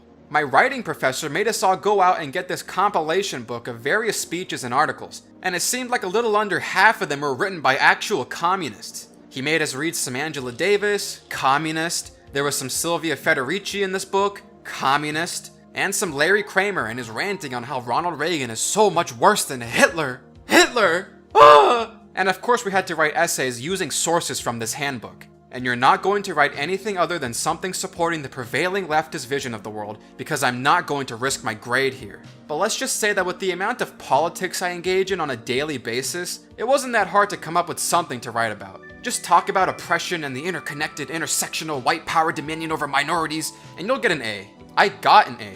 It was funny too, because when I had a meeting with this professor about the rough draft on my essay, he told me that he really loved my writings on the interconnected struggles. He just loved it. Bullshitted my way out of that class. This is also the type of professor who'll start making convoluted web drawings on chalkboards, trying to connect all sorts of wild themes and emotions and patterns and all that. Yeah, and the interconnected nature of Angela Davis's writings on women and the struggle of interracial mixed werewolf people is how we get the unified movement of solidarity amongst the oppressed classes of America. And this all translates back to the grasp of power that the white people hold on to, and how whiteness is really the force to unify the struggle around. Just a bunch of postmodernist nonsense. I thought that class would never end. But this is something that I've always been doing ever since middle school. In middle school, I would notice certain speech patterns and words that my teachers would like to use and created an importance around. So I would always cater my work to fit whatever worldview they seemed to have. Now in high school, this worldview became more political, so it became even easier to cater to my teachers because I started to get very politically informed halfway through middle school. So I knew better ways to cater to them. My teacher in AP US History would always get his ruler out and start smacking a picture of George W. Bush, which it doesn't get more obvious than that. So occasionally in some of my work for his class, I'd slide in some random statement on the violence and worldwide destruction caused by the executive leader during the early 2000s, and just hint that I was anti-Republican or Bush or whatever. Or say something about the war on terrorism and how it's actually just a giant military complex push for more evil military control of the oil, and how Bush was just too naive to see all the Hitlerian chaos he was causing. Or something. And what do you know, my papers would always come back with an A. One time on a quiz, this same teacher told us to write about a case of distortion that has occurred amongst a recent political leader. And I was thinking to myself, what the hell kind of question is this? This is just blatant politicization. Well, I guess he wants me to talk trash about Bush. Okay. And when I got the paper back, there was a nice big smiley face next to my Bush statements. Again, American education is a joke. I can always tell the politics of my teachers and professors, and easily cater to their beliefs. Professor said something about banning guns? That's it. Throw some Marco Rubio hate into the writing.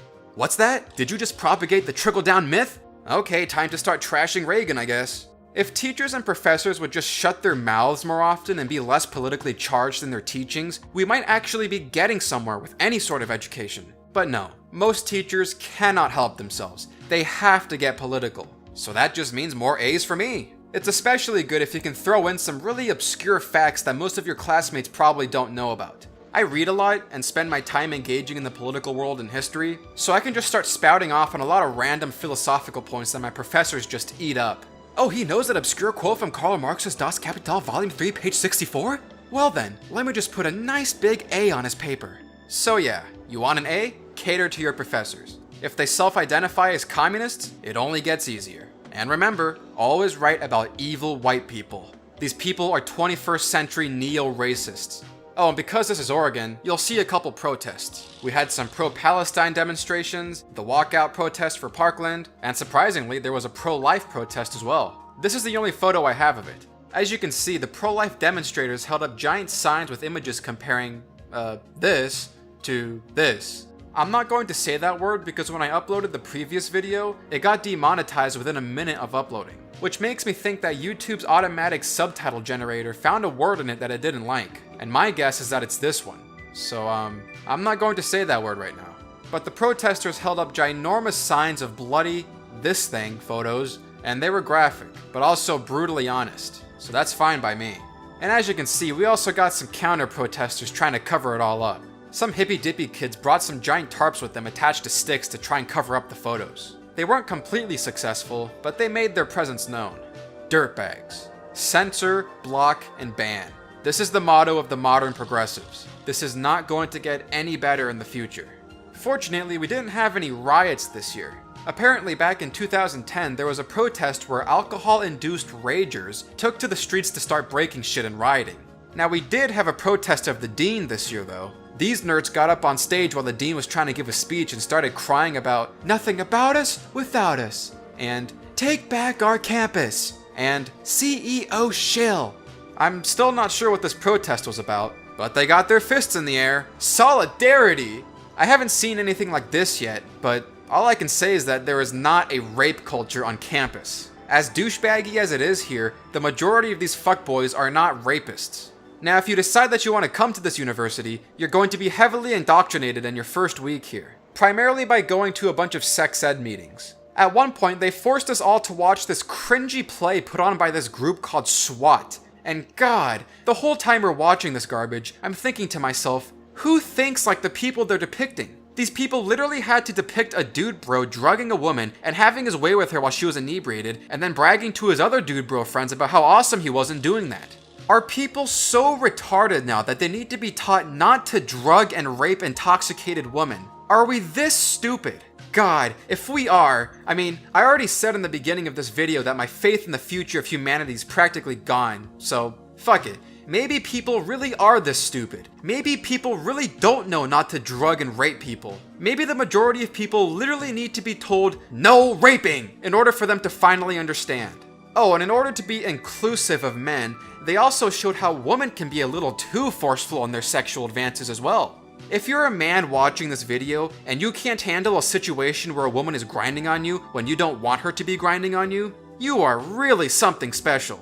Hey, girl, I really don't need the shit particles from your ass grinding all over my clothes. Thanks. What are you, a fucking nerd? Oh, and this next one was just great. In your first week here, you will be required to say what your preferred pronoun is on campus. Yes, you heard that right. Hi, my name is Michaela. I'm from Salem, Oregon. My pronouns are she, her, and hers. Hey, my name's David. I'm from Wyoming. My major is cinema studies, and my pronouns are he, him, and his. I'm not doing this. I don't know how many times we had to do this with the ice-breaking introductory sessions, but fuck all of you sensitive little bitches. I am not about to start going around introducing myself by saying, hey, my name is Juice Boy, my pronouns are he, him, and his. Like, what the fuck is this? They are really trying to push this pronoun crap here. I never said my pronouns during these sessions, and I always got looks because I didn't go along with this bullshit. But I just looked right back at them. Fuck your pronouns bullshit. I am not doing this. But I know that the majority of the people here don't want to say that shit either. If you're in a room of 20 people, and maybe the first 2 or 3 people say their pronouns, and then you just say fuck that and don't even bother to say your pronouns, you will start a chain reaction around the room where no one else will say their pronouns, because no one is really that stupid. I have seen this happen 3 times. But if you try to break the chain by the 5th person, it'll be too late. The room will all have been expected by that point to say their pronouns. And do you know how many times out of the maybe 100 total introductory sessions someone said anything other than he or her? Just twice. Only 2 people in all of these stupid pronoun introductions ever said something different. One person said they were a they, and the other just said cisgender, which, isn't that just, what? But whatever. If they try to pull this crap on me again as I start up sophomore year, I'm still not going to go along with this bullshit. And neither should you. Straight up pronoun indoctrination. This country is so screwed. What the hell happened? But anyways, in your first week here, you're also going to hear a lot of people say this. I'm from the Bay. The Bay. Bay Area. The Bay.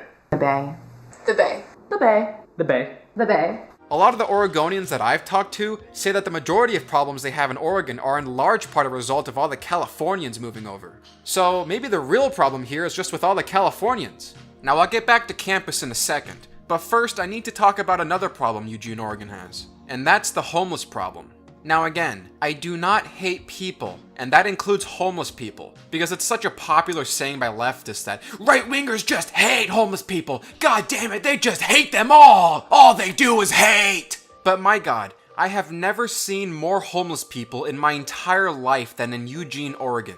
And I know LA is supposed to be 50 times worse, so I don't even want to picture what that looks like. You cannot go anywhere in this town without seeing a homeless dude somewhere. They're all over the place.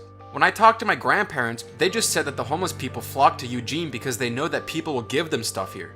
And that may be true, I don't know. What I do know is that there are many businesses downtown that have had to keep their front doors locked because many homeless people will just walk in and literally just start sleeping on the floor. Yeah, my grandparents' financial manager's office has to do this. So every time they visit the building, they have to ring some bell so the door can unlock. The hordes of homeless people in this town is largely the reason why there's hardly any activity going on downtown, other than in a few select places. You don't really want to be exploring downtown by yourself. I can't say that it's the safest place. Every time I go walking out in the city, I'm always prepared to get shanked. You can find a lot of stories online about people being robbed on the streets in this town. I was waiting for the bus to go get a haircut one time, and I see some 10-year-old kid in a tank top just sneaking around a parking lot in the middle of the day on an empty street.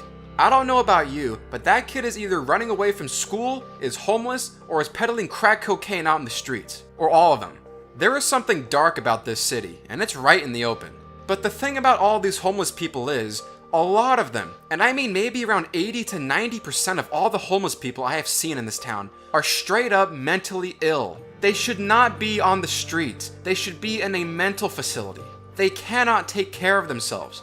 If there's one thing the state of Oregon should be spending taxpayer money on, it's building mental facilities. More than half of the homeless people I've ever seen cannot walk straight. They're always limping around town, and more than half of them are just mumbling random things to themselves and aimlessly wandering around in the city. One time I was waiting for the bus when this old homeless woman was walking in the middle of the street and screaming to herself, "Fuck, fuck, fuck, fuck, fuck, fuck, fuck, fuck." And then she wandered off into this alleyway. This other time, I was walking to class on campus when some homeless dude on a bike started circling around me and incoherently telling me about some bizarre situation he got into a while ago. And all he was saying was, "I just wanted one little bit, man, just one little Ritz."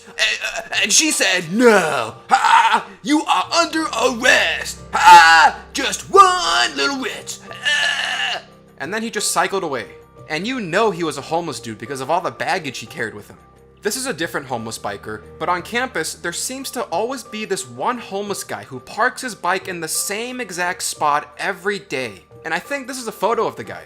But one of the signs he carries says this, "Trust Jesus now!" and "All we need is love and $1 million each."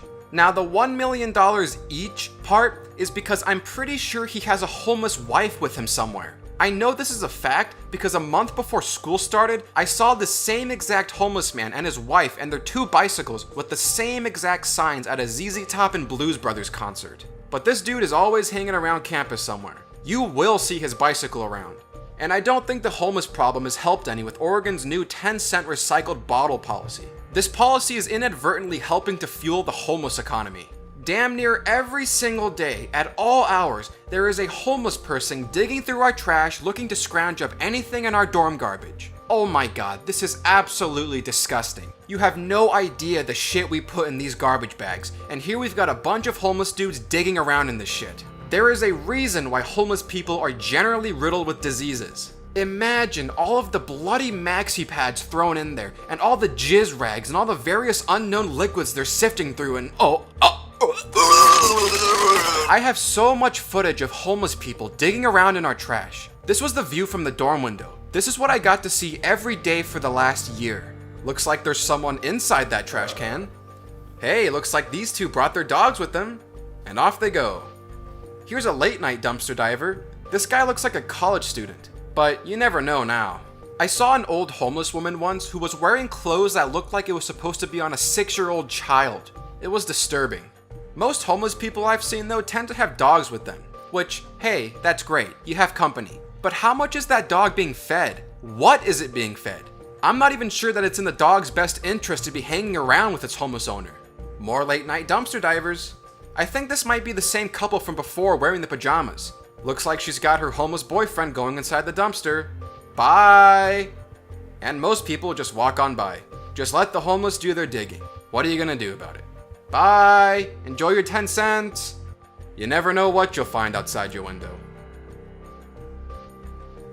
I was on the bus one time and I was sitting in front of some guy that looked completely out of it. Looked homeless, smelled homeless, and is either mentally ill or was on some sort of high.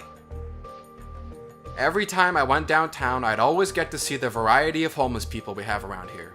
These people are not living in good conditions, and most of them need to be in a mental facility.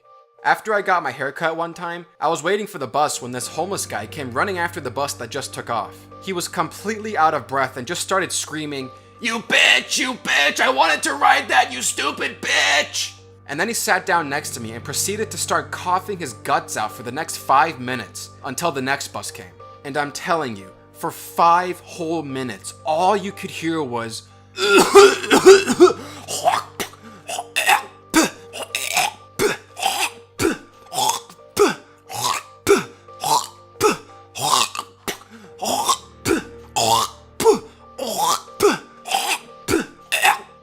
oh my god. Once the bus came, I looked at the spot where he was spitting, and oh my god, there were damn near 30 phlegm spots on the ground. Just look at this video I took, and now imagine 30 more spots just like it. Unbelievable. Get these people in a mental house. Seriously. This is the one thing your state government can do. The one thing. But one of the biggest hurdles to fixing up these streets and clamping down on all the crime and homelessness around here is the attitude that some people have in Eugene, Oregon. See, to some, if the homeless people aren't directly in their face, it's no problem to them. And for other people, the grime of the homelessness and crime-riddled conditions of downtown is precisely what makes Eugene, Oregon so special to them. It's precisely what keeps Eugene weird. And in no way better is this explained than by the owner of the famous Voodoo Donuts. This is like pretty much the geographical center of town almost. It's traditionally been a place where homeless people, forever. Like any major metropolitan city, this is a dirty, grimy part of town, and I love it. I don't want to clean this up at all. Yeah. And people are constantly, just like they do in America, gentrifying and making things nicer and neater and cleaner. But this is kind of a cool little bastion of sleaze still, you know? But it's clean sleaze though. Okay, yeah, let's just keep this place a crime-riddled shithole because you just really like the grime and sleaze of it all. Yeah, let's make businesses fearful that some homeless dude is gonna waltz on into their store and call the place his home, and have a bunch of criminals roam around the streets, because that's what keeps Eugene unique and cool. That's what helps to keep the sleaze of it all. Eugene, get rid of this attitude right now. This attitude is helping to get moronic laws passed, and it's contributing to all the various issues plaguing this town. You want your streets to be clean and safe. You don't want the attitude of this hippie moron because he fears gentrification. Bitch, please. As Kennedy Montgomery says about Portland, keep Portland weird, not stupid. Same thing applies to Eugene. Keep Eugene weird, not stupid. Oh, and apparently it's an argument being made these days that why not leave the homeless people alone? They're living in true freedom. They're living in independence. Living in your own shit and piss is not any kind of exalting freedom. Living day by day, digging in dumpsters for bottles to recycle is not any kind of grand independence. That's about it with the thoughts on the homelessness here. This issue is never going to go away for this town unless there is a serious change in attitude. And speaking of attitude, let's go back to stupid college kids and their wishful thinking. After reading some of the comments from my Trickle Down video, I realized just how much people know absolutely nothing about basic economics. I told you all to go out and get this book. Read this damn book! And then I remembered that even in my own high school, a single course on economics wasn't even a requirement until my own class began freshman year. So even my older sister before me was never required to take a course on economics. That's why she knows nothing. Even in college, you're not required to take a course in economics. At least not here. So it's no surprise that some people in these comment sections will literally say, "No, you're wrong. Fuck you," towards basic economic facts. Most people really don't like to live in reality and would much rather prefer the bullshit spewed out the mouths of politicians and talk show hosts. Economists don't tell you that you can have anything you want in the world. In fact, they tell you the opposite. That's why they're not as popular as politicians who say they can give you the whole world. So it doesn't surprise me in the least to hear college students complaining about rising tuition costs while at the same time they're praising all of the new buildings and construction projects the university is working on. You know what's going on right in front of your face every single day on this campus? Construction. Always more construction. When's the last time a federal subsidy or grant ever went towards reducing tuition costs? Never. Oh, but that's what they keep telling me they're for, but it never happens. This is a federally funded institution. The idea of that is supposed to be that the more federal funding the university gets, the cheaper tuition is supposed to be. Bullshit. You know damn well what the administration does with all that money, and that is never-ending construction. I've been walking around this campus ever since I was 5 years old, and every single time I come by here, there is always construction going on and infrastructure enhancements. Well, shit! All that money that's supposed to go to us to make tuition cheaper just goes straight into these construction projects. But because technically the students do end up using these facilities, the money is technically going to us. Bullshit! The only reason for the constant construction around campus is so the university can keep getting more money, and they'll spend any bit of it they can on whatever they deem necessary so that taxpayer dough can keep on rolling in. Hell, we're in the middle of building a brand new research facility right now. And on top of that, we're in the middle of building Tykeson Hall. I walk by this construction every day. And on top of that, we're going to be remodeling our track field with a sleek new metal design. And that's not even the bulk of it. Here's a list of all the capital projects the university is currently working on. All of this stuff. And you wonder why tuition keeps getting more and more expensive. Do you realize all of the maintenance and upkeep that is going to be required after constructing all of these new buildings? And I swear, they have been deliberately building this campus in the most inefficient and cost-ineffective way possible. For about 6 months now, they have been digging a hole in the basketball court here, and no one really knew what the hell was going on. Well, one day, I overhear 2 officials from the administration walking by and saying to each other, "Oh, what's all this construction?" "Oh, that's actually construction for Hayward Field. There's a water line down there that they need to connect with for the track." "Oh, wow." Here's the hole they were digging for our track, which is all the way over here. I don't know about you, but does that seem like the most efficient and future-proofing place to lay down a water line that you have to get to connect with for the track field? And this isn't the only random construction you'd find all over campus. Here's some random hole a guy's filling up. Not sure what's going on here. Here's some more construction going on so that the university could put in some weird art project a person made. These gray blocks were placed all around this circle here. They spent money putting these things in here. Is this seriously the most efficient use of the university's money? Early in the school year, the administration sent out an email to all students saying, "Hey everybody, good news! We're only going to raise tuition next year by just 2.8%. This is a great achievement for the university. We're so proud. It was going to be a 10% increase, but we decided to make it 2.8. Gosh, we feel so good about ourselves." Hey, that's great. And our division of student life is absolutely worthless and helps contribute to the coddling and financial irresponsibility on college campuses. Here's some of the stuff they're funding. Cooking for 1 or 2. Puppies! Don't touch my hair. Funded by the UO Division of Equity and Inclusion. Oh, and here's one of my personal favorites. Sex Cafe, where you can talk about your non-binary female-identifying sex-positive experiences. From the Division of Student Life, Services, and the University Health Center. And here's another thing that apparently happened. Laugh really hard and then sigh deeply in the EMU. Sign me up!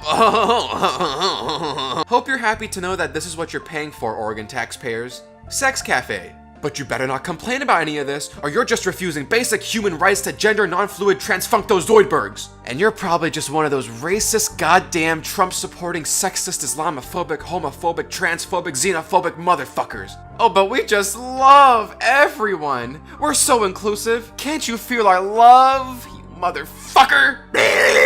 This constant spending by the university on constructing and funding all this crap goes more to the point of what happens when you run a college that's non-profit. There is no incentive to restrain yourself from spending on whatever you want, whereas a for-profit business would be more conscious of all these costs, including what they offer in terms of an actual education. If your university is for-profit, they're probably not going to be offering a whole lot of courses on philosophy or the history of transsexual queers and cinema, because no one in the marketplace is demanding people who are knowledgeable in that crap. If you think you're going to get a job in underwater basket weaving, think again. But the university can tap into whatever endowments or taxpayer money they want in order to provide this crap. And politicians serve it up to their voting base and get them to think that everything going on here is just fine. Yeah. World-class education here. World-class community of students. And aside from just useless classes, because most universities are non-profit and government-funded, they don't compete or operate in the same way as a profit-based institution would. They compete by offering you a bunch of shiny crap that looks cool. Oh, an actual education? Hey look, we built a new track with nice squishy chairs and a sleek metal design. They're selling you on the amenities, which is basically like what the airline industry was doing before it became privatized. And this is mainly due to accreditation boards, who are looking for these type of amenities when deciding to make your university an accredited institution.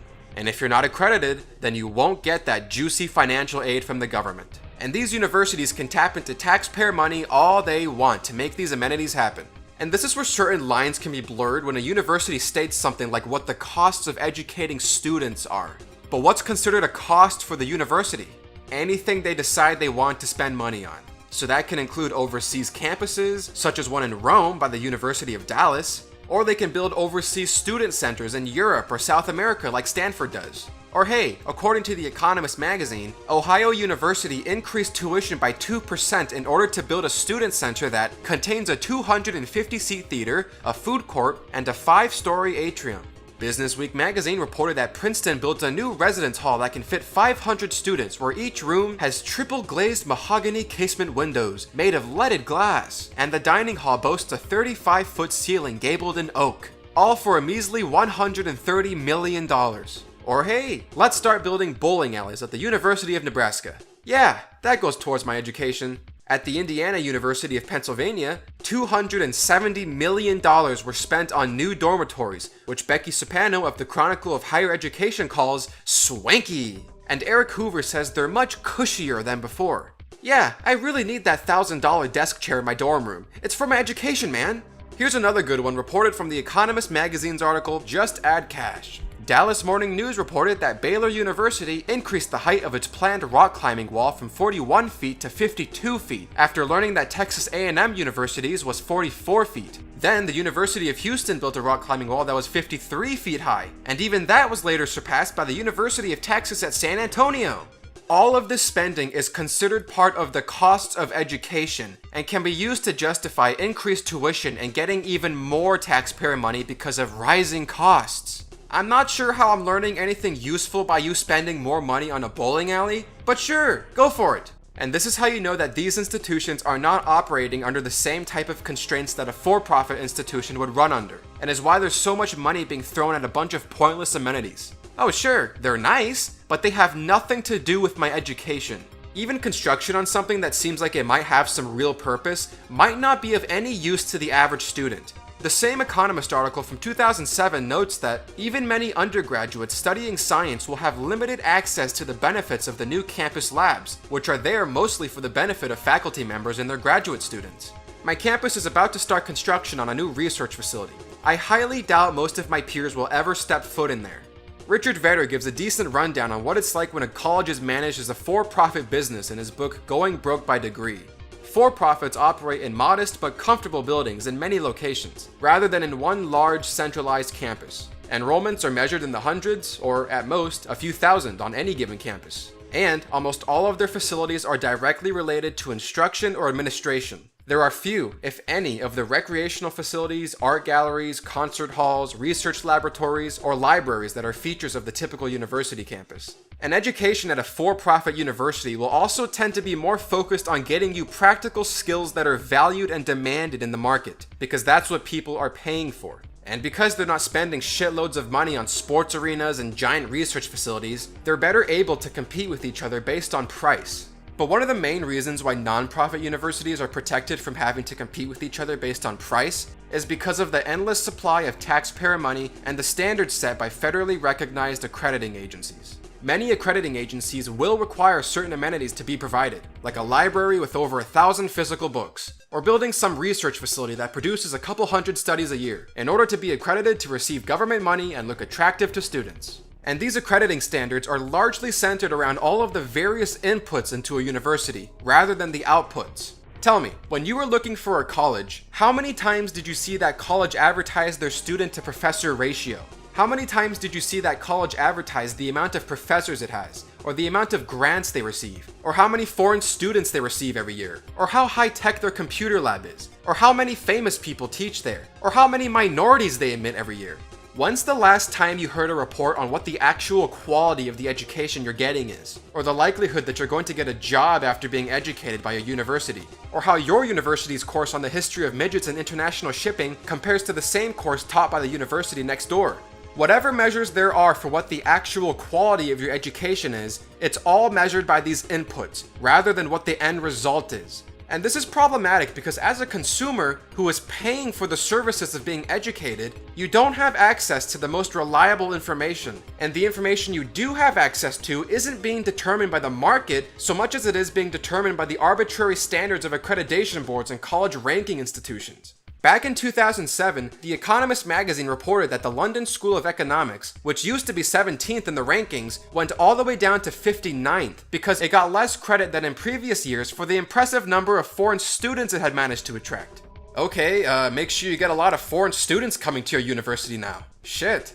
And there have only been very few attempts at creating studies that actually measure the quality of education through the outputs that the students receive and their achievements later in life. In 2008, the Center for College Affordability and Productivity attempted to do this, and the results they came up with placed several institutions at a higher ranking than in their conventional positions. Schools like Whitman, Washington and Lee, Bernard, and West Point that didn't even make the US News list of the top 50 colleges ended up being within the top 10 of the Center for College Affordability and Productivity's list. And a bunch of other smaller liberal arts colleges made it higher on the list compared to the US News list. My own college, which was ranked at 54 by the US News and World Report, ended up being 14th on the CCAP ranking. But because for-profit universities are less likely to have these amenities or focus on student-professor ratios, they're also less likely to be accredited or end up on these college ranking boards. If a for-profit university only uses online books, but an accrediting agency measures the number of physical books in their decision-making,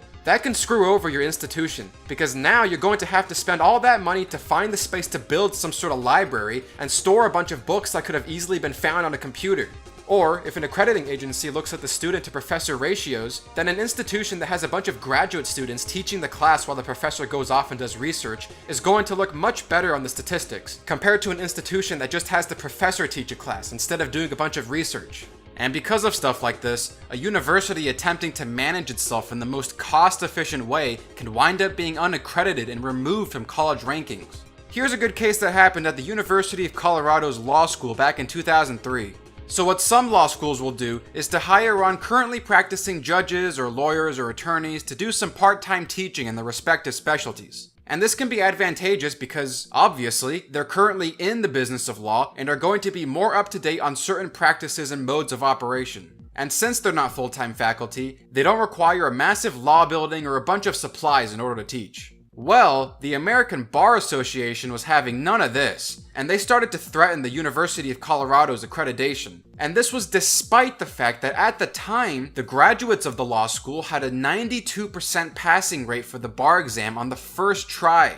This was a rate higher than the national average, and higher than the rates at Harvard and Yale on their first try, according to the Denver Post. This same article notes that the American Bar Association has renewed its concerns over the University of Colorado's inability to construct a new law building in the absence of state funding. The American Bar Association is requiring CU President Betsy Hoffman and upcoming Law Dean David Gedges to appear before its accreditation committee in January to show why the law school shouldn't be placed on probation or removed from the list of approved law schools. The ABA is also asking CU to explain the lack of minority and female faculty, and says it is concerned about the number of courses taught by adjunct professors, which in this case are those judges, lawyers, and attorneys who actually know a thing or two. In addition, CU ranks low for annual expenditures on law library materials. It's $1.7 million less than the average, according to the ABA. So clearly, the American Bar Association has no interest in what the actual end result or the quality of the educational output that the University of Colorado offers their law students is. They're more concerned about all these pointless inputs, which in this case clearly don't have any educational importance. Listen, we get that your law students pass the bar exam 92% of the time on the first try, at a rate that is higher than the national average. But where are all your brown-skinned people? Vaginas? Hello? And after all this, the University of Colorado ended up having to spend over $40 million to create a new law building, which led to a rise in tuition at the law school from $6,700 to $16,738. Out-of-state residents had to start paying $30,814. The most recent tuition numbers at the law school from 2012 state that in-state tuition residents now pay $31,154, while out-of-state students pay $37,940. Hooray, accreditation boards! According to a paper by the Center for College Affordability and Productivity, the American Bar Association has also specified the number of square feet required for each law professor's office. Yeah, listen, your office, it's not quite big enough. You don't have the right measurements. What the hell are you talking about? It's just fine. What kind of clown show institution are you running here, Dean? In the 1990s, the American Bar Association also tried to dictate what the salaries of law professors should be, before they were assailed by the Justice Department. One president at the University of Florida said that accreditation agencies blackmail us. If they say your Department of Astrophysics needs 12 spaceships and you only have 10, you better get the other 2. Just take money from the history department, because that doesn't have an accrediting lobby to protect it. And another former president at the University of Missouri once said that the American Bar Association insisted that we should have a new building. They didn't care if that's where the university's resources could be best spent. Just get a new building. Even a former accreditor acknowledged that teams of accreditors would come up with random reports in which time and time again, they called for institutions to spend more money, often for physical facilities, libraries, or faculty. But hardly ever were these recommendations connected to improving the outcomes of the learning experience. We assumed that this result would occur, but never verified that the changes had had this effect. Oh, that's just great. So they never explain how all this extra spending on inputs actually benefits the students. Just keep spending. Great. My own college is accredited by the Northwest Commission on Colleges and Universities, and here are some of their standards. 1. Consistent with its mission, core themes, and characteristics, the institution creates and maintains physical facilities that are accessible, safe, secure, and sufficient in quantity and quality to ensure healthful learning and working environments that support the institution's mission, programs, and services. Sufficient in quantity and quality is the key phrase here. What do those things mean? What metric are they using to determine this? No one knows. Number 2. Equipment is sufficient in quantity and quality and managed appropriately to support institutional functions and fulfillment of the institution's mission. Who determines what equipment is sufficient in quantity and quality? How do they measure this? No one knows. Now here's a vague one. Number 3. Consistent with the nature of its educational programs and methods of delivery, the institution creates effective learning environments with appropriate programs and services to support student learning needs. What exactly measures the effectiveness of this learning environment and the appropriateness of the programs and services to support student learning needs? I don't know. They don't tell us here. Number 4. The institution has appropriate and adequate technology systems and infrastructure to support its management and operational functions, academic programs, and support services, wherever offered and however delivered. Appropriate and adequate. Here's one on the governing board. The institution has a functioning governing board consisting of at least 5 voting members, a majority of whom have no contractual, employment, or financial interest in the institution.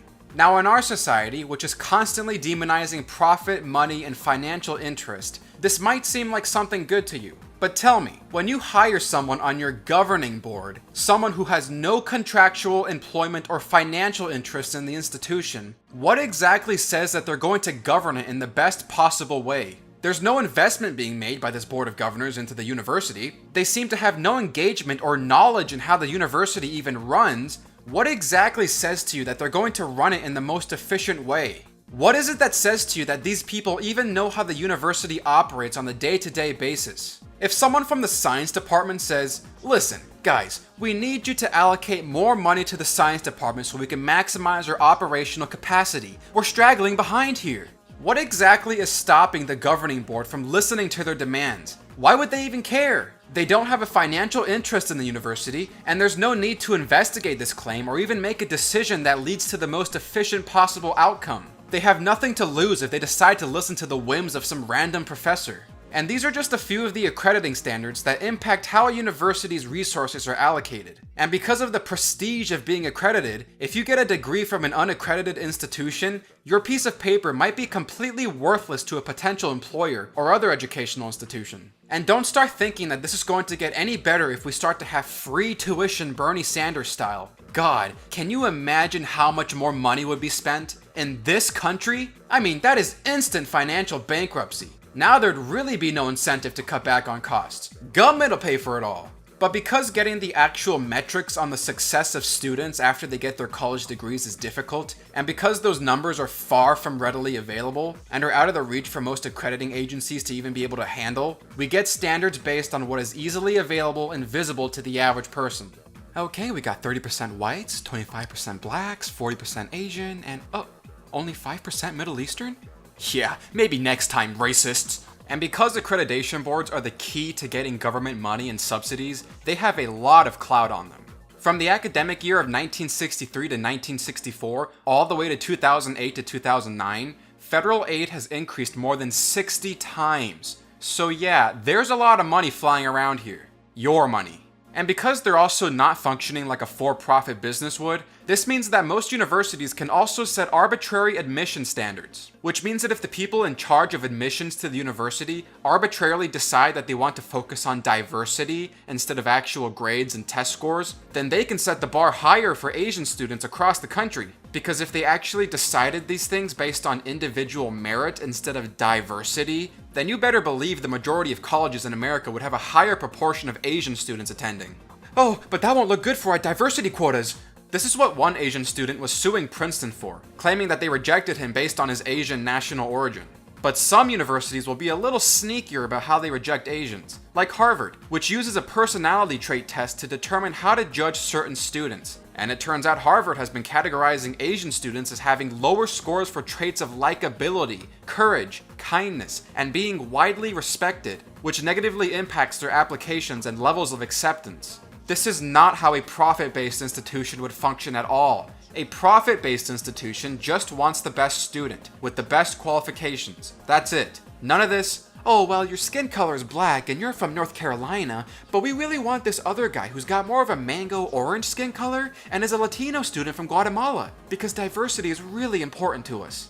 But my grades and test scores are objectively better than this other guy. I'm objectively the better student. Yeah, but you're not mango orange. Yeah, go fuck yourself! This is what used to happen to Jewish students back in the 1920s and 30s, who far outqualified most non-Jewish individuals, but began to be excluded from universities because, well, we can't just have a bunch of Jews in the university. What about the Asians or the Anglo-Saxons? This was a pretty well-recorded fact with former Harvard president Lawrence Lowell when he ran the place from 1909 to 1933, and started to change the process of admissions at Harvard to not accept students based on academics, but based on potential that would reveal their true character. Well, now it's going on with Asians. And because there are differing and subjective criteria used by every university, it's also partly responsible for why no one who applies to a university is ever completely certain they'll get in. Sure, you have decent grades, but are you exotic enough in your ethnic origin? How do they determine your exclusivity? Are blacks more alluring than Filipinos here? Is being from the countryside better than being from the city? Should I have spent more time volunteering at the local dog pound in middle school? Is my childhood full of enough tragedies for this institution? Should I have demanded my parents send me to vacations all across the world so I can talk about the development of my global and cultural consciousness? Should I have pushed my grandma down the stairs and killed her so I can write about the struggles of being raised without grandparents? Should I have joined my high school social justice book club so I can add virtue signaling to my repertoire? Should I describe to them the struggles of my androgynous sissy boy blizz gendered systematic oppression by white patriarchs? What the fuck does this college want from me? In 2011, about 70% of the applicants at Amherst who scored between a 750 and 800 on the math SAT were rejected, while 20 students who scored below 550 were admitted. In 2016, 45% of the applicants at Cornell who scored between a 750 and 800 were rejected, while 70 students who scored below 550 were admitted. In Economic Facts and Fallacies, Thomas Sowell writes that at Brown University, even students with a perfect 800 math score were accepted for the class of 2012 only 26% of the time, while more than 24 students with math scores below 500 were accepted. You can find numbers and statistics like this at nearly every institution. Clearly, we are not operating by objective standards, and this is why in 2006, an Asian American student named Zhan Li, who had a perfect score on the SATs and was just 10 points shy of perfect on the physics, chemistry, and calculus SAT, was rejected by Stanford, MIT, Princeton, and 2 other Ivy League institutions while being accepted at Harvard and Yale. And his white classmate, who had lower SAT scores and grades compared to him, was somehow accepted to Princeton. And there's already been plenty of federal investigation into this kind of practice by universities. In the 90s, Harvard was found to be stereotyping Asian Americans as quiet, shy, and oriented towards math and science. The University of California in 1990 was found to be discriminating against Asian American graduate school applicants. And in 1992, Berkeley's law school agreed to end their policy of limiting Asian enrollment by comparing Asian applicants with each other, rather than the entire applicant pool. This is why so many Republicans call affirmative action policies and college admission standards blatantly racist and moronic. What is it exactly that makes being born in Mexico better than being born in Canada, or vice versa? What is it about the mango skin people that makes them inherently better than black skin people? You're not judging people as individuals, but based on literally whatever the hell you want. diversity, inclusiveness, increased consciousness, and all that other trivial crap. How about we decide these things based on your academics and not on the exoticness of your skin color and ethnic background? How about that? No, Juice Boy, you just don't get it. We're enlightened by our esoteric standards. So very enlightened. You just don't get it. You fucking racist! And another reason for this type of admissions subjectivity is so that they don't look simplistic or crudely formulaic. That's from Tom Parker, Amherst Dean of Admissions and Financial Aid. Here's what Brown University says on their common data set for the 2017-2018 school year. They don't have an admission policy described for all students, they have an admission policy for most students. But our selection process entails a holistic review of an applicant's admission file. We want to see what an applicant has accomplished, as well as evaluate the applicant's potential to thrive within the unique offerings of Brown University. Okay, so now they're evaluating your potential to thrive at their university. Who decides that? By what criteria? You don't know. It's all bullshit. And this whole arbitrary process of admissions is another reason for increasing tuition costs and administrative spending. Because once again, unlike a for-profit university, a non-profit university is not constrained by making decisions in the most cost-efficient way. There is no incentive to reduce the amount of people working within a college admission staff or to run by a set standard when admitting applicants. The admissions process does not reflect the interest of stockholders or shareholders or people who have a stake in the institution to produce the best product, that being an education. The people among the admissions staff have their own interests, and they'll spend however much money they have to in order to secure them. This is the reason for why the size of most college admissions staff keeps growing. E.J. Kahn notes that after World War II, the admissions staff at Harvard consisted only of one admissions officer and a part-time secretary. That was it. Today, you'd be hard-pressed not to find even the smallest college have a dozen or so full-time staff members to manage the new admissions bureaucracy.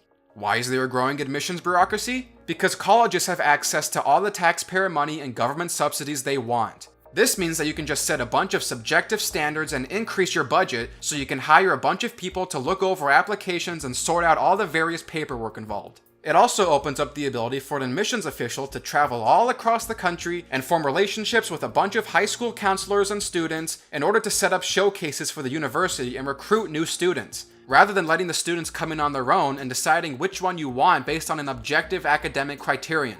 All of this traveling and maintenance of relations with high schools also means you need to hire more people to deal with those activities and manage the bureaucratic nature of it all. And because of this, it's also a reason to expect higher pay. When you have to manage more and more people, it increases the personal prestige of the person working in the admissions office who has to manage all this crap. So they have every incentive to increase the size of their staff and operations because it gives them a reason to proclaim greater responsibility and get more pay.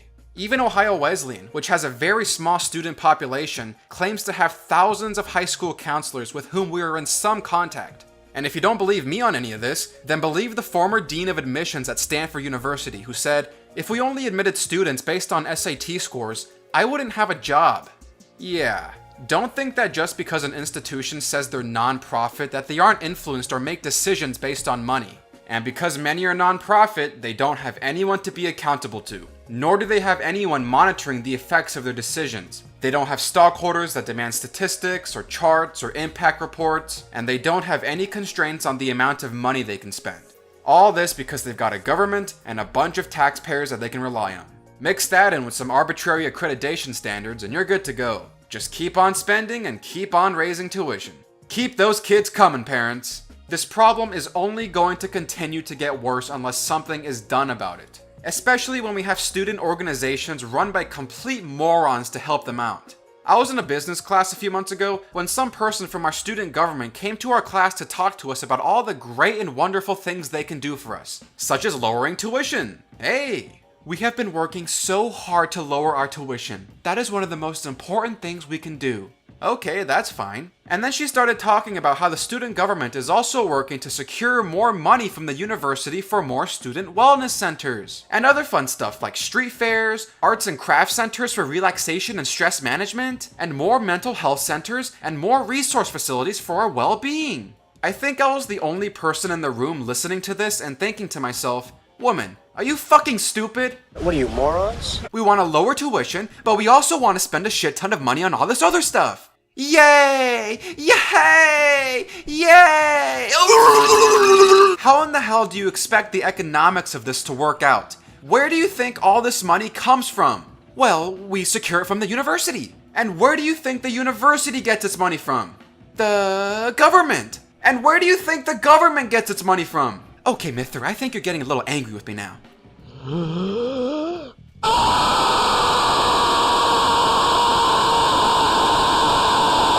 This is why I don't like a lot of people my age. A lot of them are just full of a bunch of mindless optimism with no sense of rationality. And they just expect these things to work out the way they want them to, and to have all these things catered to them with no consequences for their actions. Like, no one has ever told these people to just deal with it, or life ain't fair, and their parents have probably given them everything they could have wanted in life. A lot of these people are just bitches. So many of their parents have absolutely failed to prepare them to use their brains. It's like, free money, dude. Let's go smoke some weed. My friends back home should already know this about me, and I know some of you are watching, but I do not take part in the bullshit that people my age do. Oh my god, dude, let's all go over to Alex's house and smoke a bunch of weed and get super drunk. Are there any hot bitches coming? Yeah, dude, Jessica, man? Oh, fuck yeah, dude, she's got some nice titties, man. Hey, man, check out her Instagram, bro. Look at her fucking tits, man. Damn, dude, I want to smash that ass. I got her nudes, bro. Airdrop them. I have always found the culture surrounding me to be so centered on depravity and just doing whatever you can to get the most pleasure and stupidity out of life. I mean, that is seriously what people live for now. Pleasure. That quick fix. How many times can I jerk off in one day to feel some sort of dopamine rush? How many drinks can I shove down my throat before I vomit and we can all film it and put it on Snapchat and have a good laugh? How many sluts can I stick my dick in because my entire existence is centered around the pleasure I get out of sex? How many parties can I go to where I twerk my ass on some random strangers and take them back to my apartment later, just to have a little fuck for the road? I think one of the biggest lies I've ever heard said by people around me, and even by my own mother, is the saying of, you only live once. The implication of that being, do whatever you want that brings you pleasure and happiness. If we're only living for pleasure and that dopamine rush, then what the hell is the point of existence? I mean, what are we doing here? If your sole purpose in life is just pleasure without any devotion to a higher purpose or meaning in life, what are you doing here? What is your purpose? And honestly, this is what all the nonsense that goes on at college is all about. Just doing stupid shit for the hell of it, for the pleasure of it all, and not thinking through any of the consequences that come with that. This is why I think so many young people are depressed. No one has any meaning in their lives. They're just here to have the most fun possible, and anything that gets in the way of that is something to be avoided and looked down on. They're not trying to do work or create something to achieve a higher purpose. They're just trying to tick that neurotransmitter so they can feel good about themselves. Their entire purpose in life is fucking, partying, and doing absolutely nothing with their entire being. Their job on this planet is pure pleasure. That is not a life to live by. That's straight up depression. I don't know that there are that many people in the United States who actually see that.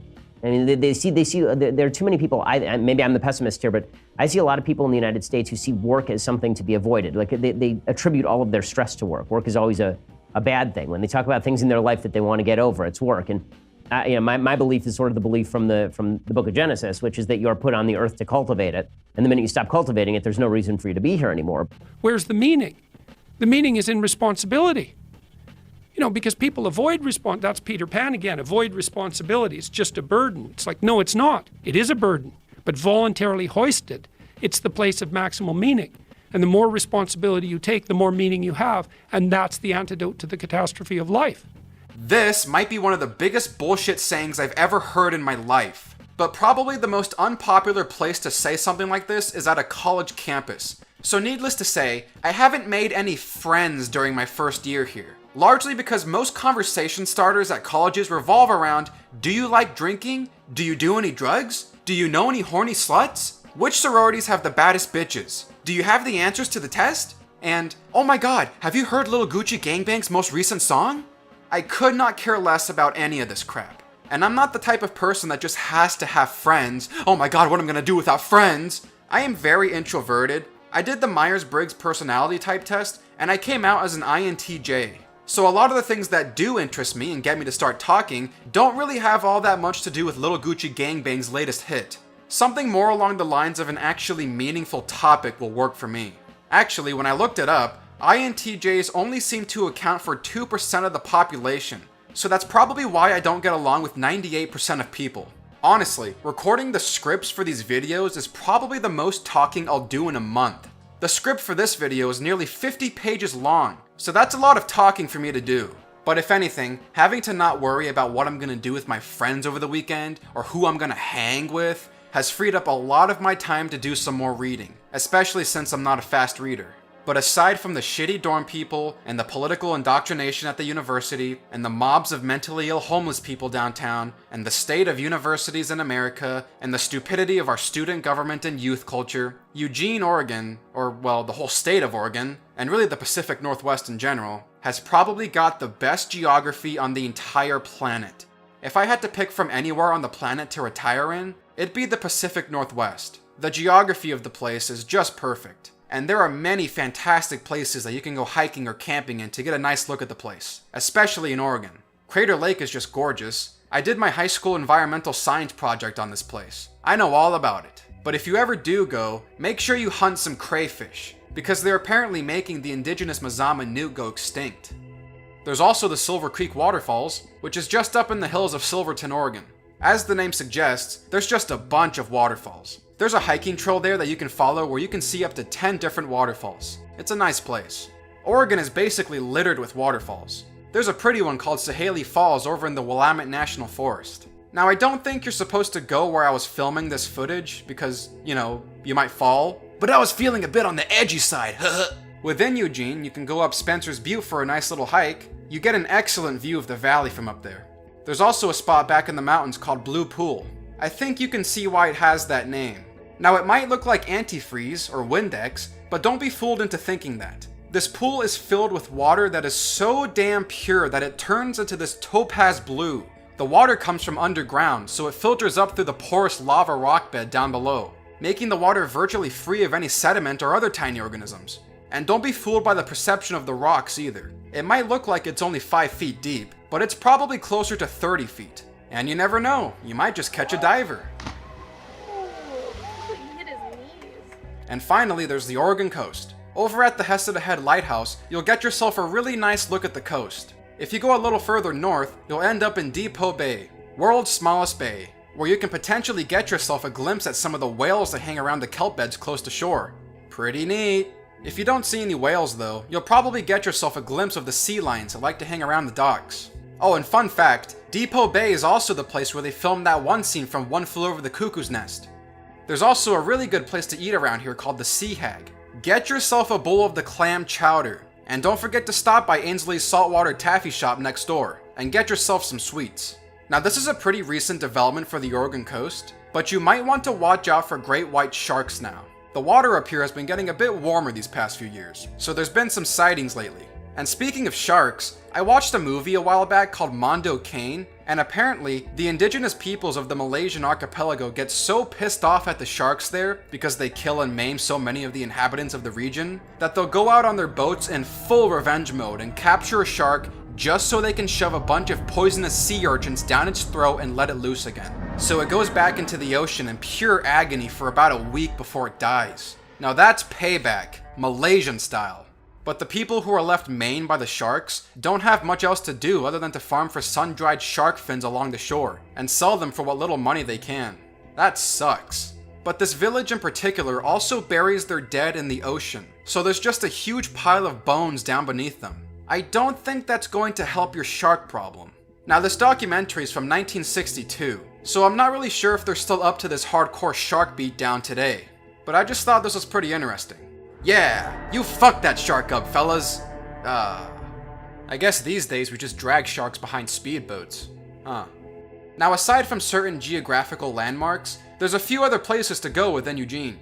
There's downtown, which, aside from the homeless that are all over the place, there's a spot called 5th Street where you can do some high-class shopping. There's the Saturday Market on Saturdays, where you can see a bunch of weird hippie shit and check out the farmer's market and other neat things. Make sure to grab yourself a Rita's Burrito.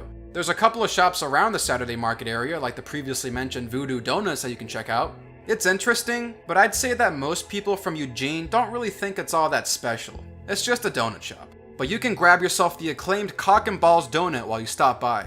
I've never had a dick in my mouth, but you know what I'm saying? There's a first time for everything. Some better places to check out are Off the Waffle, Sweet Life, and the Cornbread Cafe. They get my approval. Though be wary of the operating hours at Off the Waffle. Again, this is a hippie town, so some businesses don't really like to operate on normal hours. One time we showed up at 2 in the afternoon on a Tuesday, and the place was closed down because the entire staff was out canoeing that day for some sort of spiritual reinvigoration.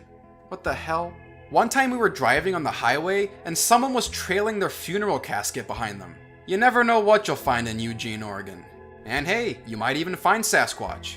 Luckily, I got to Eugene back in the beginning of August 2017, before the school year started, which meant I was able to catch a glimpse of last year's solar eclipse. Now, Eugene, Oregon was just barely outside of the full solar eclipse range, so I only got to see a 99% eclipse, and that 1% makes a big difference, but it was still pretty neat. I took these photos through the sun protection glasses, since the camera lens on their own wouldn't have been able to get a good picture. I'd say the most interesting part of an eclipse is always seeing how the animals react. They just know that something ain't right. Next year in January, we're supposed to have a total lunar eclipse go by, so hopefully I'll be able to catch that as well. But that's Oregon for you, for some semblance of positivity in this video.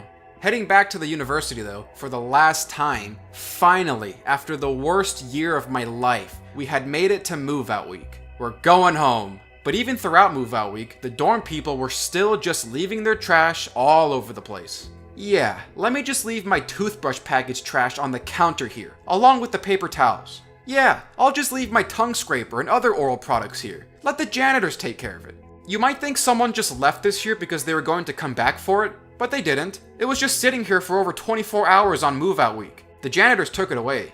Oh, and this was just great. Some jackass with a lot of drinks on his hands decided, you know what, I'm going to uncap my drinks and throw them around all over the hallway. Yeah, look at this. There's no cap on that Gatorade, and it's upside down. It's just slowly leaking Gatorade all over the carpet. And unless you have ninja reflexes, you're gonna end up spilling all of it out when you pick it up. This is why the hallway smells like shit.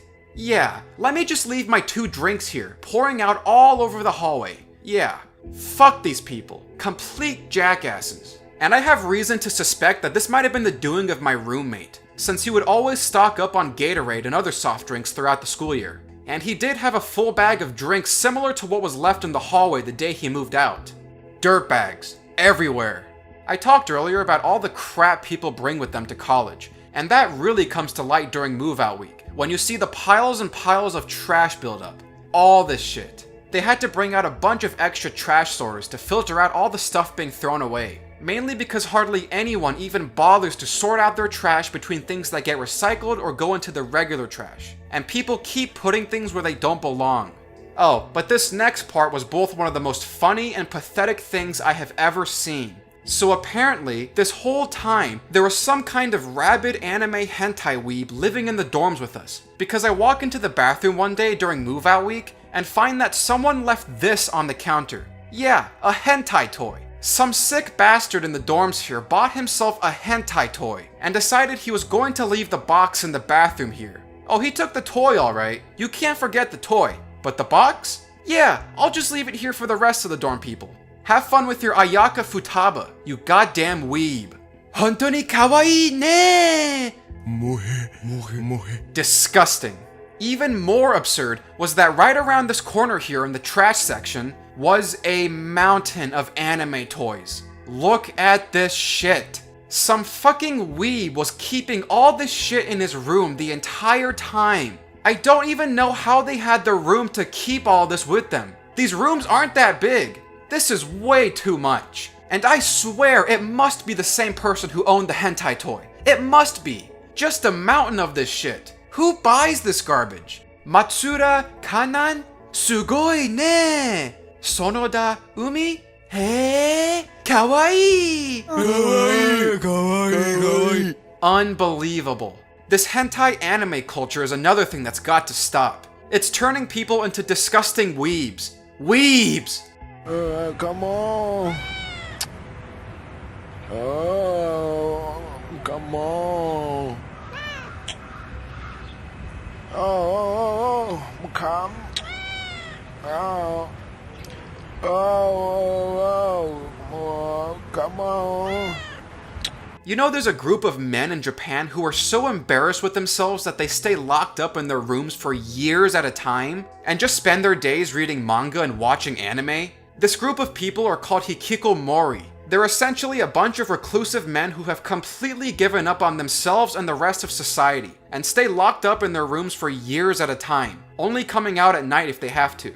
There have been cases of people staying locked up for over 10 years. These are first world problems, man. I can't wait for what the future holds. Myself being half Japanese, watching this video was slightly disturbing for me because I can somewhat understand these guys on a cultural level. Like, I can understand how certain Japanese societal norms could have brought these people to hide away in their homes for their entire lives.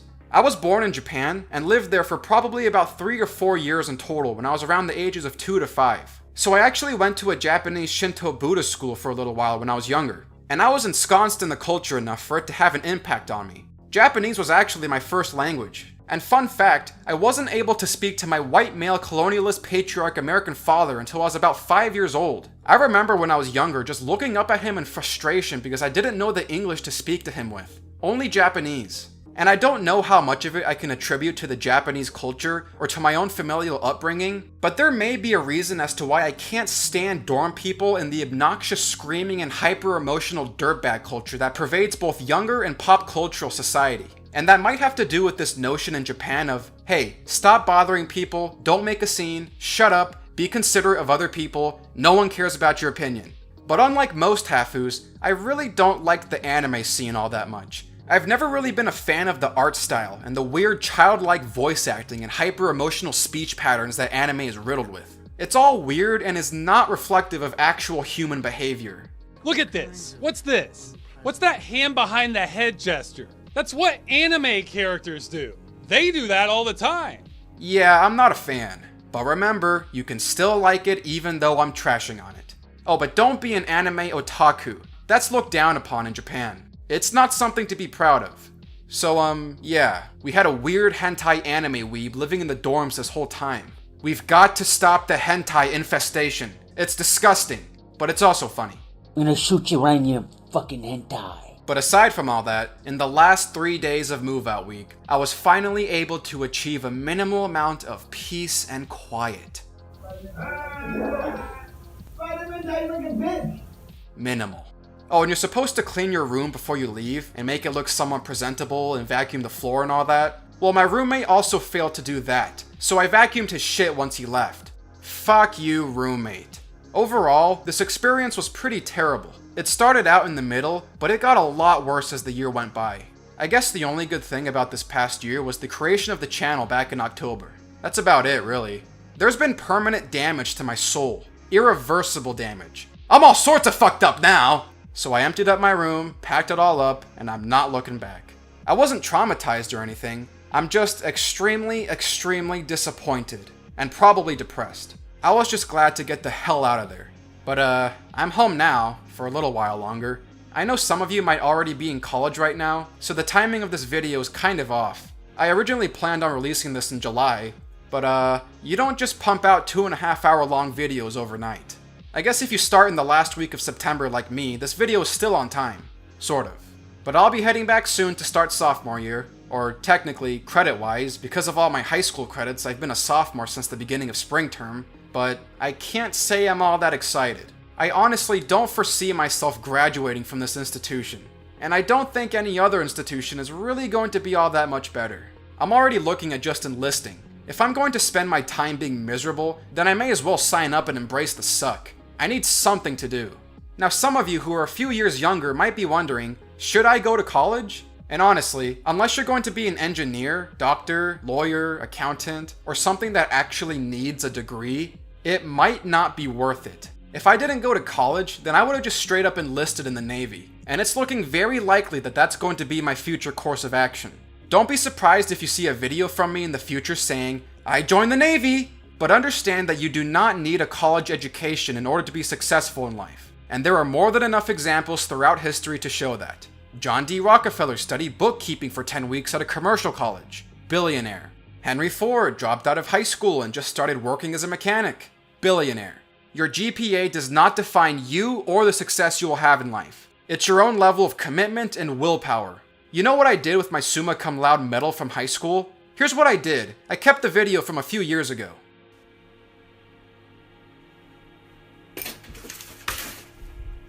I think it's a pretty well-known saying by now that it's the C students who run the world. And I'm pretty content with that statement. We seem to be doing just fine with that. Somehow. Going to college does not reflect your own individual ability or capacity to be a good person and accomplish great things. Going to college does not make you smarter than anyone else, especially going to an Ivy League college. That's one of the attitudes held by college-educated people that's really annoying. If you don't go to college, then you're just a backwards redneck who's probably only got 3 teeth. I am an expensively educated human being. It gives these jackasses in particular a more important and self-serving role in the world. And this is the attitude that politics is filled with, where politicians and intellectuals can start spouting off about how great their ideas are compared to what works, or what evidence there is to the contrary, or the values held by other people. What do you mean free markets? Let the people decide? You mean the market knows more than I do? You mean I don't get to control the market and nitpick it however I want? No. Clearly you don't see my college diploma. Show me your teeth. But besides all this, you're probably going to come out of it with a lot of debt, and you're 50% likely to not have a job after graduating. Only 27% of graduates get a job in the field they got their degree in. Don't get a worthless degree. Get the skills that people will pay money for. If there's one thing you have to do, acquire the skills that people pay money for. But for now, I'm going to at least complete another school year. And it's not like it's terribly difficult at all. Honestly, all of the AP classes I took in high school were way more difficult than what I'm doing now. College is kind of a joke. My senior year high school schedule of this is so far more difficult than anything I've ever done in college. So, are you a prospective college student and looking for some drugs, alcohol, and partying? Are you looking to smash some basic bitches and live that stank-ass life? Are you looking to trash the building you live in at the expense of your neighbors, janitors, and the university? Or just looking to be indoctrinated by a bunch of dope-ass communists? Then come on down to the University of Oregon, the best meningitis infection of your life.